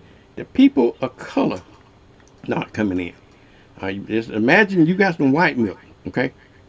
And you pour some white milk and you pay some chocolate milk into some white milk. It's going to change the color of that. You're going to change the color of that milk, okay? You can always identify a person of color. So it didn't work. We can change. It didn't work for black people or any people of color because they can't just change the name and not be recognized. They can change it, okay? And many of them did. We changed our name from Kintu Kute to Toby, okay? And then we changed the dialect from Africa to speaking American, okay, and speaking English. We did that. But the thing that we couldn't change was his color. Okay, so we can always identify with color. Okay, hopefully we got some folks coming on. But anyway, we can identify with people with color. Okay, so we can always and how do we discriminate? We discriminate based on people what we see. And black people cannot first generation, second generation, third generation, 10th generation. They're still going to be black. If you're Asian, you know what I'm saying. You're still going to be a person of color. So that's why the melting pot theory did not work so well. I assume that we probably more like a salad bowl, okay? More like a salad bowl where we got people, many different people of color. We contribute to, and just think about this for a minute, okay? Just this is my weird logic. What makes a good salad, you think? What do you think makes a good salad? I think what makes a good salad is the more ingredients that you put into a salad, okay? Take a good green salad, okay? And if you had a salad with nothing but lettuce in it, it's not going to be as good as a salad with some lettuce and some tomatoes. And then you're going to be even better if you put some onions in it. You put more ingredients you put in that green salad, the better that salad is. And that's what America is. A salad, we're a multicultural society. We're a salad bowl instead of a melting pot, instead of a blender. Because in that salad, even though it's a good salad, you can see the different ingredients in that salad. You see a tomato, you see an onion, you can see the lettuce, you can see grapes, or you can see oranges, apples, or whatever you put in that salad. You can still see it. And not only can you see it, when you taste it, it has its own distinct flavor. Okay, you know when you bite into an apple, you know when you bite into lettuce, you know you bite into a tomato, but blend it all together, that's what makes that great salad. And that's what we have, the different cultures of the East United States, what makes the United States great. So, but they don't want to recognize that. They want it all like a blender. They want it all white, a white blender. But anyway, that's my little spiel. That's my little spiel on Black history, y'all. I tell you.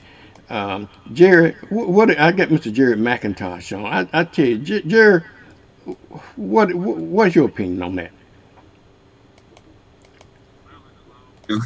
It's always good. Even if when you go out and get your steak, your salad is always good to have with it. So usually, but you're right. This country has for so long ignored the diversity and the different cultures, because they use the cultures to promote around the world, but ignore where it comes from. And our culture has always reached people from around the world, whether it was blues, gospel, jazz, the way we dress, our attitudes, the way we present ourselves to the world. But the world has seen us through the eyes of a negative white lens, and that has been devastating for us over the years. I think with the advent of the internet, the advent of us learning to do research and all of that on a scale that has not been done before, has has helped us to really expose how whiteness has hurt and colonization has hurt everybody in this country and throughout the world, especially the darker people of the world, as you can see with Venezuela and other places where we are intervening in other people's country and talking about overthrowing the government. So yeah, the salad bowl metaphor is a good metaphor. Is a good a good metaphor for explaining how America is set up. Exactly. Because the country was built off of our backs, and even through all of that, when the country didn't, with the Constitution and everything else that was not written for us, that we was written out of everything, considered 3/5 of a human being, treated less than an animal. We still has been loyal. If anybody been loyal to this country, it has been us. We've never sold the country out. Absolutely. We never done anything to hurt this country. As a matter of fact, we fought to make the country a better place to live in. And because of that, immigrants from around the world, especially from Asia and Africa, whether, and even white people from some of the more poor areas of the world have come here because of the struggles of the 60s, what we've done to make it better for women in this country and for ourselves. We was talking the other day about voting on Tuesday. And, there are people saying voting haven't done anything. Well, how did we get President Obama? How did we get all these black legislators? How do we get black mayors? How do we get black attorney generals? We haven't voted enough. The last time we voted in a huge number was in the early 1800s when we voted at around 80%. But we was voting for our families. We were voting for our lives. And because of that movie, Birth of a Nation, it did more damage to the black image of black people in this country than anything else that could ever been done. But in spite of all of that, all the inventions, all of the things that we done, I was reading the other day, this brother that invented this, tires. When they first started inventing, when tires first came out, they used to, you could go on the road and the bad boy would peel apart on you when they got hot. But this brother invented something, I can't think of the name of it, so don't hold me to that name. But anyway, he invented something that keep these tires from falling apart. And I think with Brother Lassiter did that, Jerry. But anyway, we'll learn more about that as we go along with this program. I tell you, it wasn't for black people. I wonder where would this country be, Jerry? I'm thinking about it, and I often think about the fact that they used to have a play or a TV show or something like that one time. They were saying they had what the country be like if black people were to disappear. White folk couldn't cook for themselves. They couldn't keep the children. Can you imagine what happened if black folks were to disappear off the face of the earth? Could white folks survive without us? Well, they will survive, but it'll be a struggle because they would know what it's like to not. Matter of fact, the country itself would fall into probably disrepair because the economy survives off of us because we're mostly total consumers. So when you think about it, this country is the economy is turning because of our consumer attitude, I would say, in the country. But it's only because we've been kept out of the from loans from banks and redlining and insurance and all of that has caused to us to be ripped off in the country, more or less. So, subprime loans, all of that. Right now, we in a fight as Black farmers, because my folks are farmers, and we are fighting for that right now. And from Arkansas, from where my folks grew up and had land and lost the land and all of that. So it's the whole host of things. And we talked about it the other day. You can go get $100,000 to buy a car, but you can't get $100,000 to buy a house. Isn't that amazing? It's this craziest backwards mentality that I ever seen. But that's where we at. But of course, the country would not be nowhere near where it should be, because the inventions that we done we were doing inventions because we were trying to make life easier on ourselves. Coming out of slavery, all of the towns we built was burnt to the ground because people got jealous because we were doing better than it. Yeah. The skills we came out of slavery with, we knew how to build houses. We know how to we built. We built the White House. So Jerry, they claim that we're unpatriotic, but the first man that died for this country was a Black man. Now, but you got a theory about that, don't you? Tell her that funny theory that you got about the first man that died for this country. First Black man. Christmas Addict. Yeah. And said he was pushed out there. The brother man was pushed out there. Hey, Jerry. That kind of reminded me of a joke I tell on the Blues Hound show. And they had this rich man, he had this big old house and he had this big old pool, right? And he had alligators in his pool. And he was a billionaire, and he decided that I tell you, he had a practice saying that whoever can swim across the pool without getting attacked by the alligators, he'll give him $1 million. Next thing you know, you hear this big old splash, and all this hollering and screaming and then found this Black man.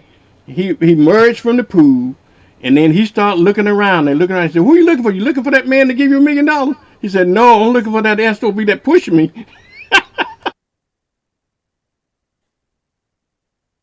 That's just the way it is for Christopher Addick, huh?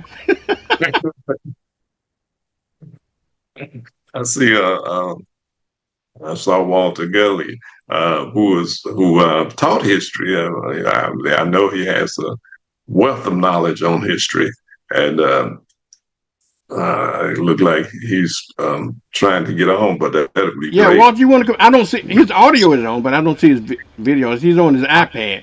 Maybe he told me he's retired, Jerry, and maybe he don't want to. Maybe he's still in his pajamas. Walter, you still there? Yes, sir. I'm here. All right, there he is. We got him here, right here. He's on. Well, look like he's overseas somewhere. Bring your camera down a little bit, Walter. Bring your camera down so we can see you. We won't like you peeping up like you're just peeping up. Bring that laptop. That laptop. There we go. There we go. All right.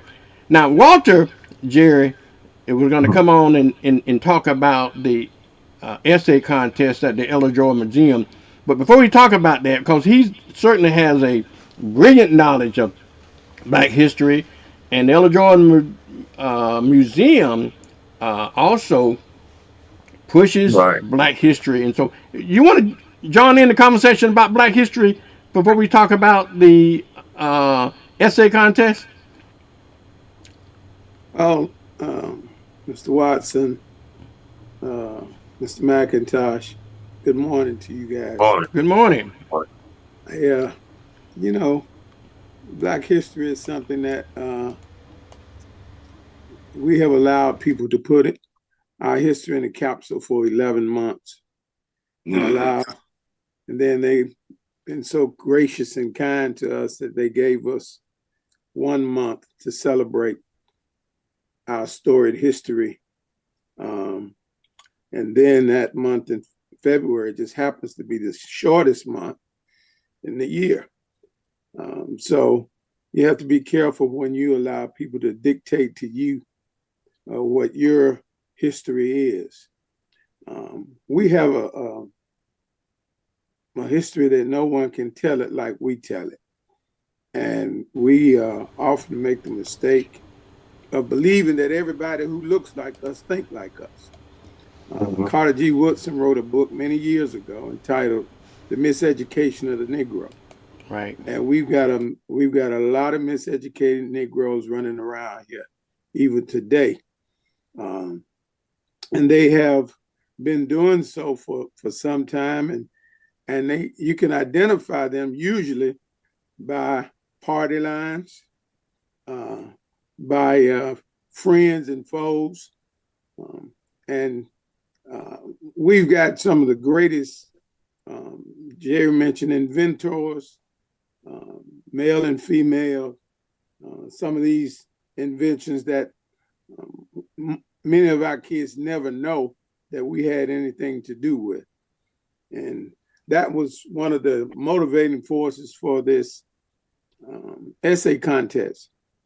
We want to get our kids' minds stimulated to the fact that they are, that what they learn in school is not all that they need to know.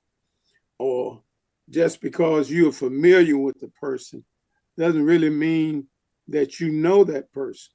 So most people believe that they really know Dr. Martin Luther King Jr. They can quote a few things, and but when you look at his life and his legacy, you start out understanding that his name originally wasn't Martin Luther King Jr. His name was actually Michael Luther King. And that was a doctor who knew his dad, and he actually, according to historians, filled out the birth certificate and recorded it as such. And they later went back and changed his name to Martin Luther King because he was named after the great Protestant reformer, Martin Luther. So what we want to do is get these young people an opportunity to generate some thoughts that might open their horizons. That's why we selected this quote for the essay writing contest. And the quote says, "The ultimate tragedy is not the opposition and cruelty by the bad people, but the silence over that by the good people." And so many times we don't understand these people who stand on the sidelines, or these people who throw bricks at those who are out fighting the fight. We look at them, and they look at us, and they look at people like Jerry and Movement for Change.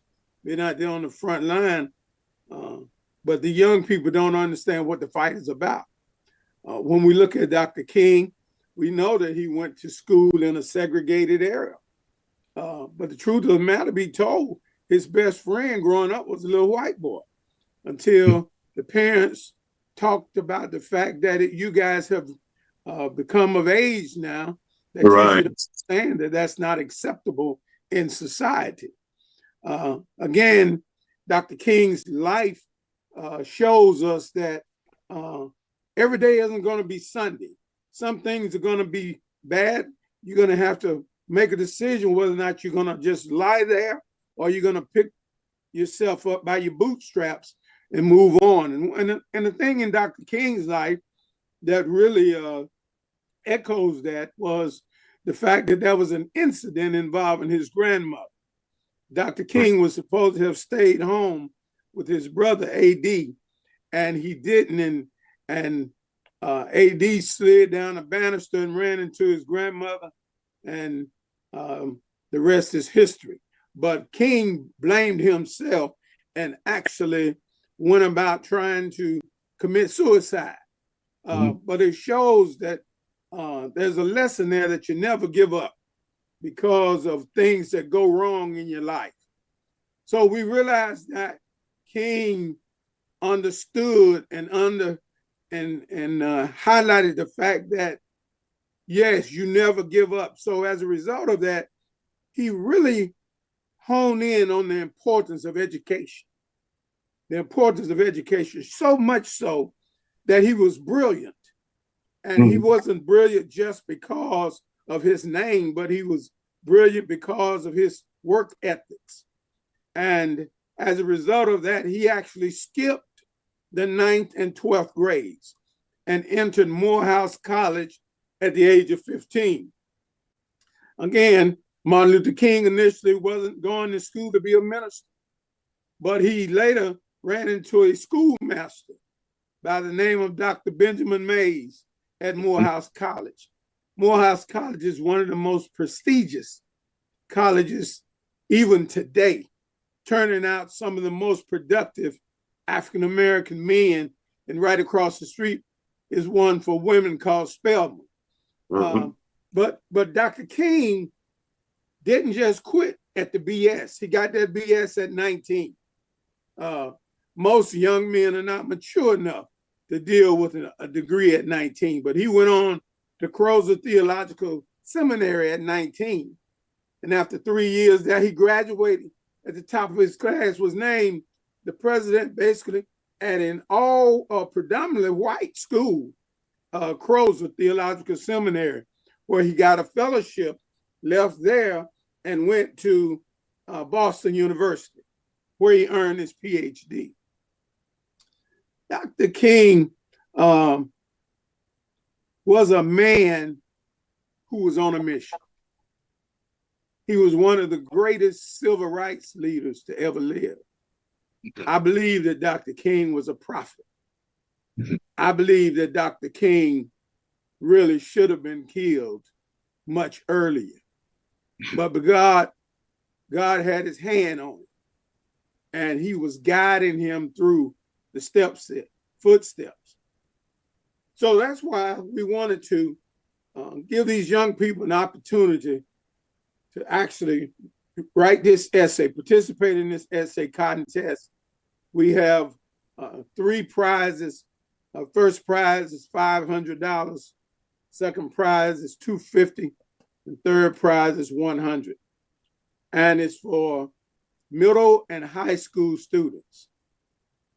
And we are trying to generate as much activity within this as we possibly can. We have gotten this information out to many of the churches and organizations thus far. The deadline for the submission of the paperwork is January 19th at 3:00 p.m. The essays should be submitted to our headquarters at 423 North C Street, which is right there on the corner of C and LaRue, where most people refer to as the Pink House, who been around Pensacola some time. So we are trying to continue to push forward the dream of Ella L. Jordan, and one of those was to make sure that we keep these young people minds educated, and Georgia Blackman, that was one of her dreams as well. So we are really serious about this, and anyone who has any questions about it, you can get with me or Mr. Watson, and Jerry knows how to get in touch. And my email address is walter.gully18@gmail.com. Okay. Walter, make sure you send me a flyer or something like that so I can continue to push it throughout the month of December and into the month of January, so we can get as many participants as we can. And whose idea was that? Was a great idea, so you can get the young people engaged, and so that they can learn more about Black history. You know, one of the things I learned in school, when people give me a topic on something I know nothing about and say research it and bring me a board report, and I learned a lot using that process. And I think what you're doing now is that whoever going to do the essays, they're going to learn a lot more than they anticipated. And one thing we're proud about is we have at the house, we have a wall called the Women of Distinction. And many of these are educated, former educators. And we're going to be utilizing some of the former educators as a committee that will read these essays. So we're going to be, we're excited about that. They did the last essay contest for us, and they're excited about it. And in terms of whose idea was, it came up at our board meeting a couple of weeks ago, and they said, we think the timeline might be a little too tight. I said, well, I'm one who believes that an individual who has a desire to do something, they won't use things like timelines as excuses. So I believe, as one great organization say, excuses are monuments that build bridges that lead to nowhere. So we're done with that. Yeah. So thank you for your time, Mr. Watson. No, thank you. We appreciate you for coming on, Walter. And it was timely. Jerry and I was talking about Black history, and it segued right into what we had planned to talk about.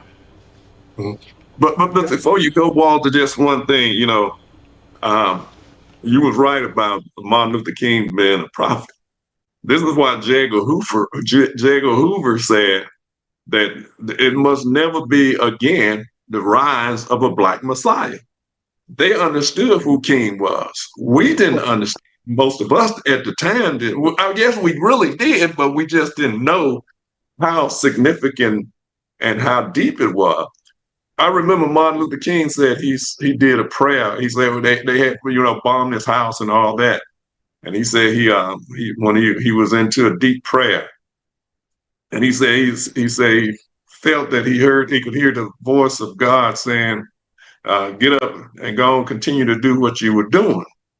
But he said I didn't pray to the little God. I prayed to the big God. He talked about the God that sit behind the dim mist of eternity, keeping watch over us all. So yeah, I believe the same thing, that he was a prophet, and J. Edgar Hoover and them understood it as well, and that's why they said we must prevent the rise of a Black Messiah in this country again. Well, Jerry, that's why they were so afraid of Dr. King and Malcolm X coming together. Right. And they were on that path of coming together. Mm-hmm. That's why they had to do something to step in and to stop that, because we are a people who are so divided by other people. You remember, Jerry, we went to the Million Man March. Right. And on that Million Man March, I thought that was one of the greatest journeys ever taken. You remember on that bus, we had Black, white, Christians, Muslim, Jews. I mean, that was an experience that was second to none. And I hated to see it. And if you remember, one of the negative things that came out of that was Black Christian ministers fought against what Farrakhan was talking about. And Farrakhan was simply talking about Black men need to go back and take over their communities. Right. Exactly. So. You are absolutely right. And the sad part about it is that ministers began to talk against it, and then telling, they was telling really the women in that church, you don't really have to listen to these men in some instance. And I'm like, really? But but the thing about it, I think a lot of brothers rose up out of their degradation because of that march. But it was one of the most peaceful march in history, and of black men gathering in history. But they still tried to make us 3/5. You remember we were coming out, of D.C. and they would say, "Oh, it was about 400,000." We know that it was more than probably close to almost 2 million black men gathered there because they were applying the 3/5 rule. They were applying the 3/5 rule. Yeah. Oh yeah. And people do what you allow them to do to you, brother. I'm telling you.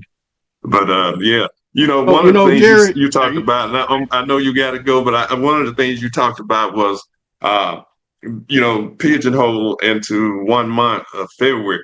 I think what we have to do is make sure that we teach history year round and maybe celebrate what we have learned in that month. But because if we just say celebrating Black history, but not knowing anything about or have learned anything throughout the year, it's really futile, if you will, to to just say I'm celebrating Black history because you don't know, you haven't learned anything. And you haven't learned anything about the civil rights movement. You haven't learned anything about the lynchings and all of the other things that have went on in the past. So we need to do whatever we can to teach that. And I'm glad you're doing that essay because it's going whoever participate is going to learn a lot. And one other thing that King talked about was time and waiting on time. Yeah, you can't wait. You can't wait on time. He said time is neutral. It can be used positive or negative. And like he said, the primitive forces of social stagnation did more to have utilized time more than we who are supposed to be good people have. But he said gradualism turns into do nothingism. Do nothing, yeah, right. Stand still. That's right. You're right. For that reason, last year we actually had a Black History program in March. Mm-hmm. So I don't get caught up in what people say. Mm-hmm. Right. We have to stand and teach our own, bro. Exactly. And one of the things I've been telling people also, we better start buying up all the books on Black history as we possibly can. Even though it's digitized now, but you can see how they're trying to erase us out of history. But through a digital, you can just wipe it out. Just wipe it out. But if you got those books in your house, you can continue on with your history. Hey, Jerry, I always say with the banning of the books, we need to go collect those books. Exactly. If they're going to throw them away, let's get them and have our own Black library. What's been going at Real Women Radio? Nicole have a Black bookstore. Anybody want banned books and throw them away? Donate them to our Black institutions like that. When we have a Black bookstore, you can go in and you can have coffee and read and check them out and stuff like that. Well, actually, maybe it's time for having a Black library. I don't know. Just an idea thrown out. It is long overdue. Long overdue. Yeah. Walter, thank you. Appreciation, and send me some information. Just text it to me. Email it to me, and I'll make sure I talk about it every day from now on. And about the essay contest, it's not only is an opportunity to learn, but it's an opportunity to make some money. Okay, first prize is $500, second prize $300, third prize is $100. Hey, what more of an incentive would you need to learn? You're gonna get paid to learn about your culture. Hey, be a good deal to me. And what day is it that you were doing it, Walter? The deadline is the 19th. We're actually going to have the program for the reading of the winners. It's going to be on the last Saturday in January. Last Saturday, okay. Is it 19th of January or the 19th of December? of Now, your the 19th of January is the deadline. deadline? Right. Okay, that's what I was trying. 3 o'clock. And they're going to submit it to the Ella Jordan House, right? Or they're submit it online? Now, if they want to submit it online, they can do that. Okay. And they would send it to me at walter.gully18@gmail.com, or they could send it to the ellajordanhome.org. Is there a restriction of a sort, an age limit or whatever? Who can participate? Middle and high school students. Middle and high school students. Okay, great. Right. All right. Anything else, Walter? No, I think that we're gonna have the program on January 31st from 11 a.m. to 12:30. Okay. Down at the Ella Jordan House? At the Ella Jordan Museum. Really? Right. Okay. And the phone number at the museum is 850-378-0281. Okay. Very good.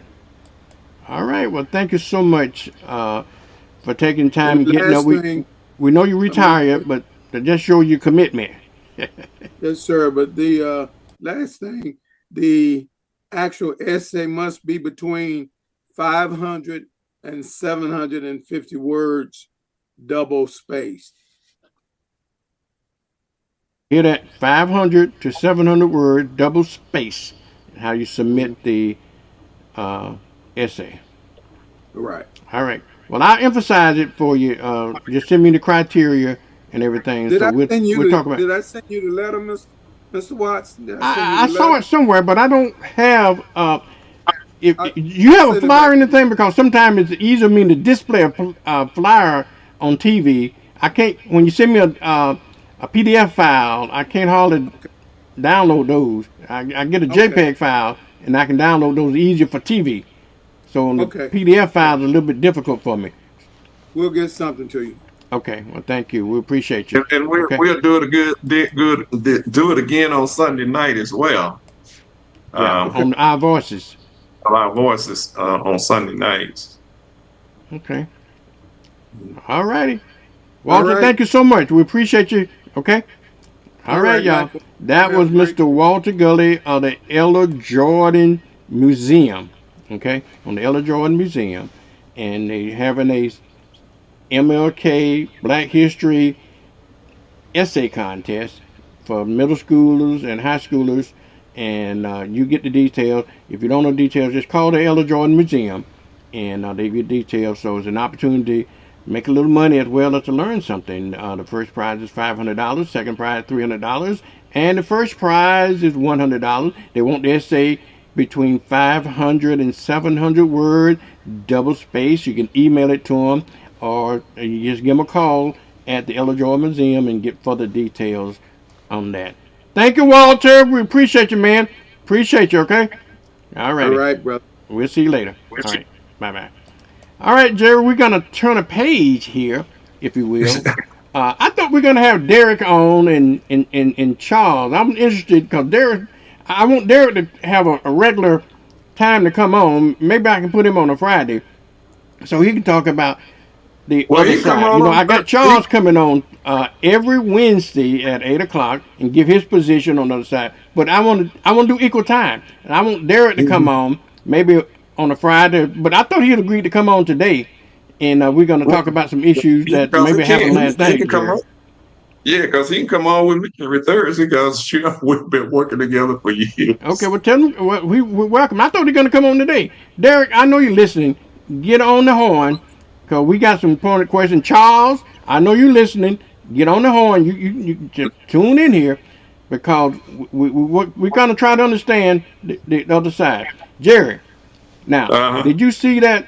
I didn't even look at that S show last night, and I don't know what happened. I can't, it's just so much I can stomach from that man, okay? And I'll be honest with you, I just can't, sit there in good conscience, listen to lies, and knowing they're lies that goes unchecked. Okay, Yeah. and he's really deranged, and nobody Yeah. called him down on it. So, did you look at it last night? Can you summarize what the hell he was I talking about didn't. last night? Because I didn't look at it. I can't. I I didn't want to feel just ill today. yeah, I can't look at it either. I just saw excerpt from it and some of the stuff that I read that he said. Of course, of course, everything is Joe Biden fault. Joe Biden living in his head rent free. Like he's living rent free in his head. He cannot get rid. You know, here's a man who falling asleep on TV, calling Joe Biden Sleepy Joe. You know, with every chance he get, Sleepy Joe. You know, No, all you that's know, you projection. Everything that he yeah, says about everything else, Jerry, is what's yeah, true right. about himself. Exactly. And that's the sad part about it. You talk about the economy, the best, and that he done brought in $19 trillion from tariffs and other countries paid it. You know, and he think that the American people don't know that they are the one paying for these tariffs. The countries send their stuff here, we buying it, and we are paying that tax. All it is a tax on the product that's coming into the country that we are paying for.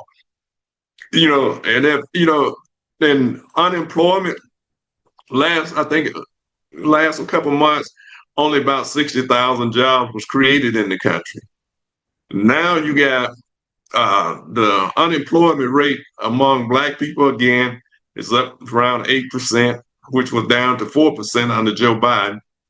Black women unemployment rate is up around 4%, close to 4%, about I think 3.75% or something like that, because the purge that has taken place and from some of the most educated women in the country, you know, some like close to 400 to 500,000 Black women have been laid off and continue to be laid off in government jobs around the country, whether it's in state and local government, and the federal government just purged all of them, mostly in the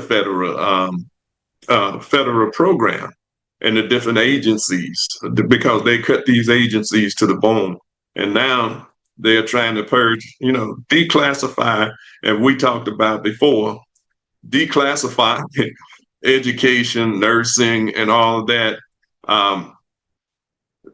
you know, as not professional anymore.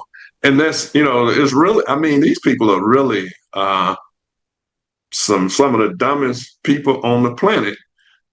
Mediocre people, less than mediocre, but trying to tell us that the people that's have went to school, got degrees, some of, you know, many got masters and PhDs and all of that, degrees in law and every profession you can name.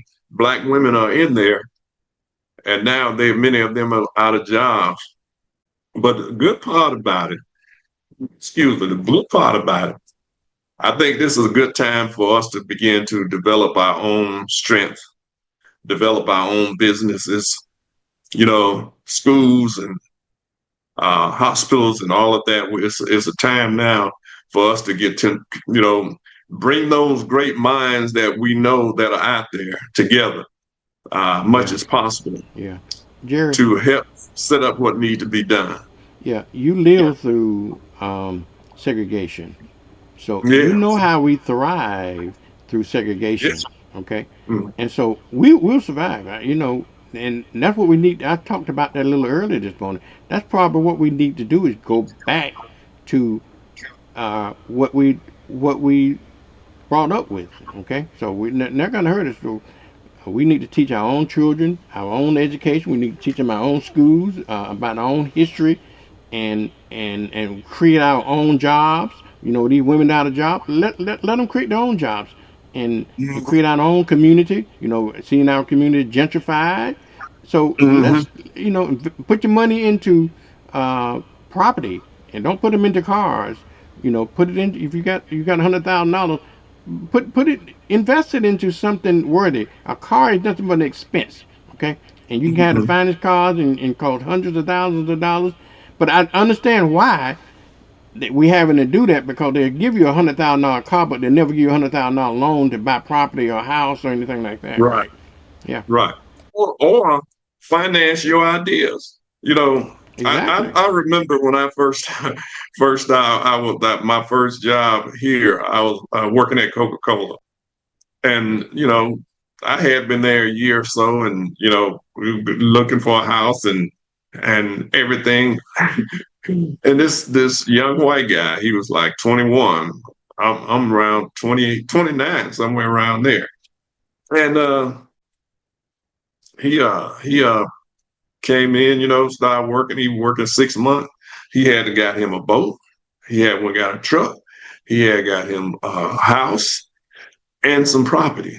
And I asked him, I said, how did you do all that? Oh, I just got a bank loan. And, you know, and he was telling me, you know, I said, I said, you know, because we making the, you know, I thought we were making the same salary. You know, we was all both on commission. I thought we were making the same salary. I was like, maybe we wasn't, you know. But the fact is that he got all of that. And myself, you know, I'm married, you know, before my wife, my late wife, Carol McIntosh, we were making good money together. And we went to look for a house and they told us, oh, y'all, you know, this one bank said, yeah, y'all qualify for $50,000. You know, in other words, you know, we could have paid cash for what he was talking about. I was talking about, okay, well, what we gonna do? I told him, I said, well, what we gonna do? The money that we have in your bank, we want by tomorrow. We want a cashier's check for every dime of it. And that's when we left the bank and went to the credit union. And then this brother that I knew, I didn't even know he was into mortgage and all of that thing. And I was telling him about it. He said, as a matter of fact, he was in 100 Black Men with us. I didn't even know he was one of the loan officers with the bank. He said, "Give me your information." He came when he came back. He had qualified us at that time, you know, in the 80s, you know. He said, well, you know, I can do 180,000 up to 200,000. I'm like, oh, okay. Now this other bank said $50,000.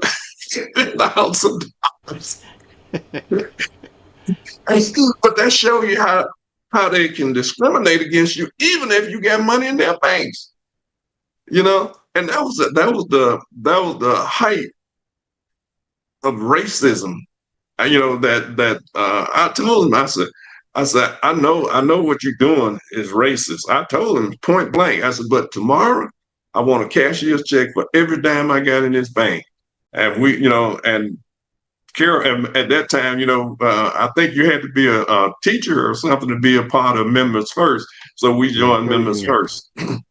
And it was no problem from that point on. But that show you how banks continue to discriminate. And then he went on to talk about getting another loan on top of that. You can get the loan that's when they were giving them subprime loans. And that's what has hurt Black people over the years.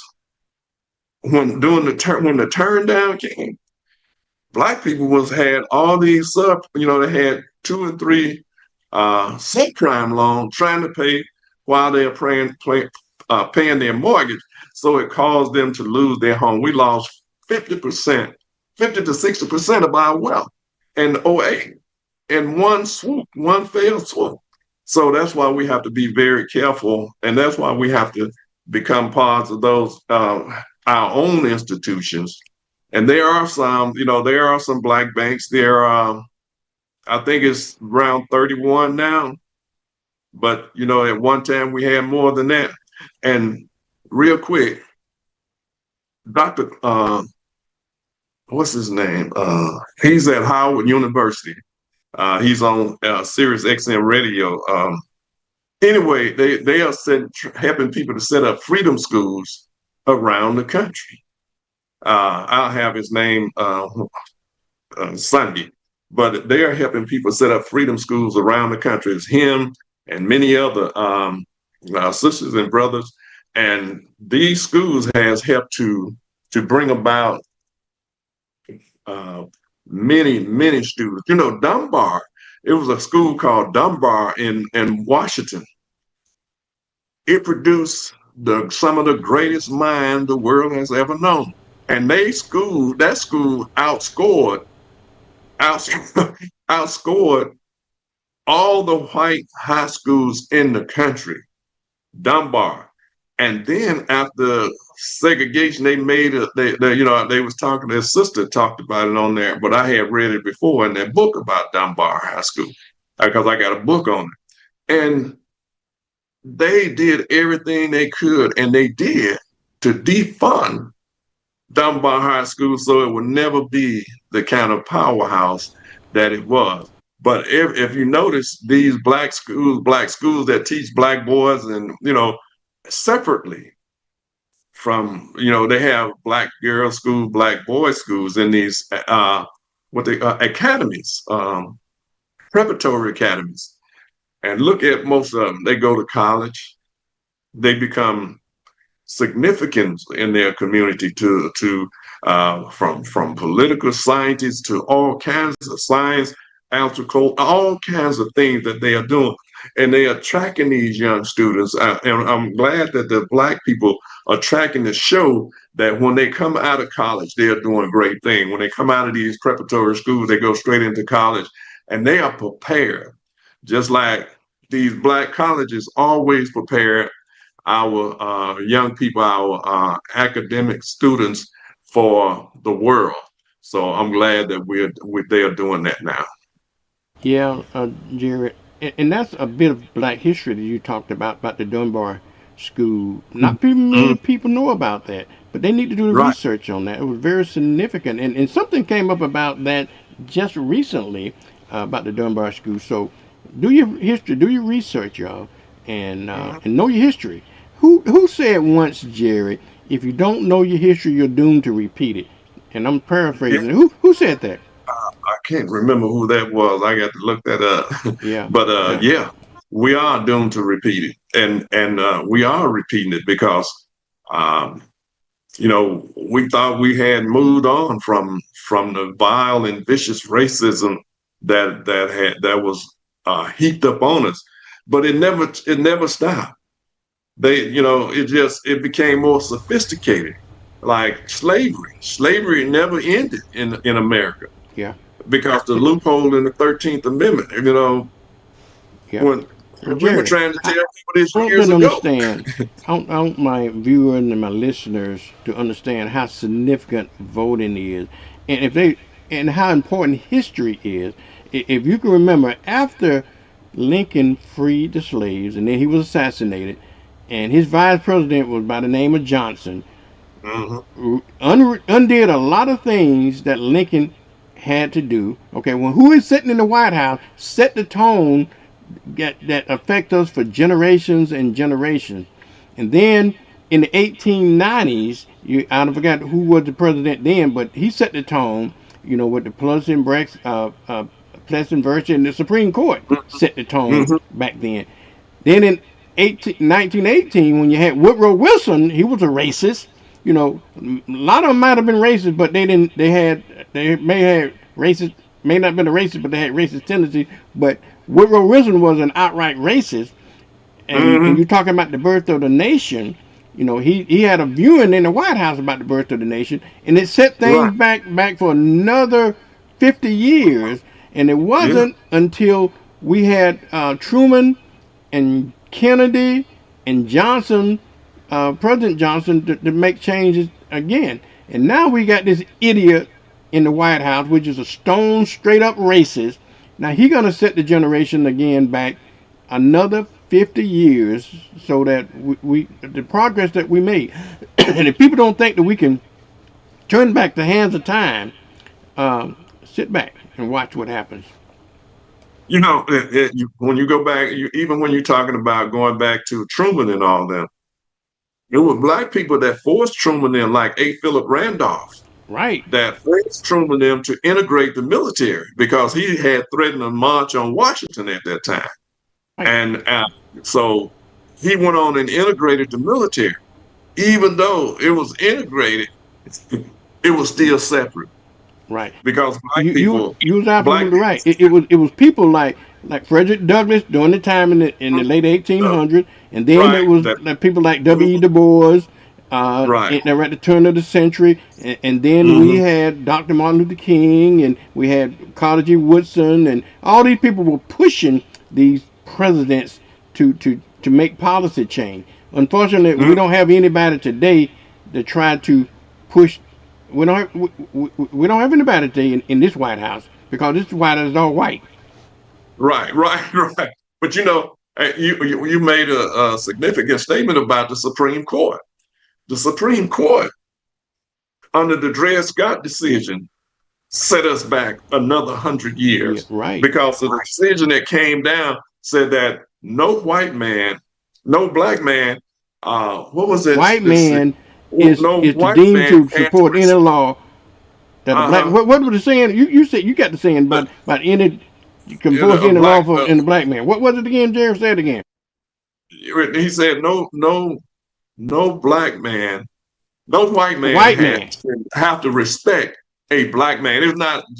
I'm just kind of paraphrasing, but that was the gist of what he was saying. That absolutely, and then he put Dred Scott back in slavery. Right. Absolutely. So the Supreme Court, and I had, since I learned about the Supreme Court way back in the 60s, I knew that the Supreme Court was significant to the life of black people. Thurgood Marshall, most people don't realize what Thurgood Marshall did, but what most people don't realize is Houston, that taught Thurgood Marshall, he came out of Dunbar. All of these great minds came out of Dunbar in Washington, D.C. I can't think of his first name now, but that dude was awesome, that taught Thurgood Marshall that. Yeah. And these are the people that helped bring about they was going from state to state, compiling and winning these cases on discrimination, and that helped propel us to Brown versus the Board of Education. Right. That I know it's sad. We got to wrap it up, but you're on every Tuesday and Thursday, so we can get a chance to talk about politics and Black history. So we got to keep our folks educated and informed. You bring us Derek on next Thursday, okay? Okay, sure. And we'll talk about the politics of the day. So, folks, I appreciate you for enduring us for the last 2.5 hours. I'll be back tomorrow, Friday, with another great show. We're going to have the sheriff on at 8:30 and some other stuff that we're going to talk about throughout the morning show. Y'all tell everybody that the Vernon morning show is on. Pass them that link on how they can get it on the radio or the TV. Tell them we got a new radio station going on right now, new internet radio station and the TV station, and tell everybody to get on board. And also, I just want to pass on Linda Sunshine Moore. She has a show at 9 o'clock every morning on Blab TV. So you might want to switch over and check her show out to see what she's talking about. So this is a Black thing.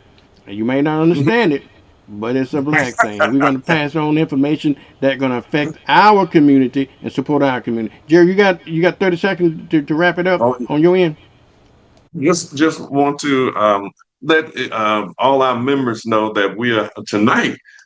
Shoot, that time came quick. Tonight we are having a Christmas fellowship at Moving for Change. So if you're a member of Moving for Change, come on by and grab something to eat. We'll also bring a covered dish. We're asking everybody to bring a covered dish.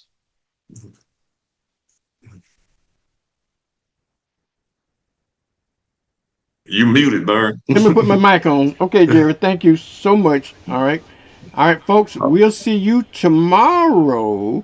Okay, we'll see you tomorrow on another great show here. And I want you to do is tell everybody about the show. They can get it on social media. They can get it everywhere.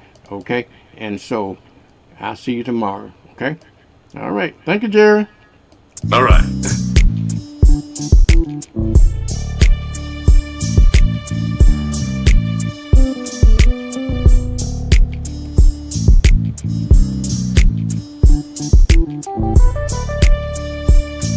WBQP.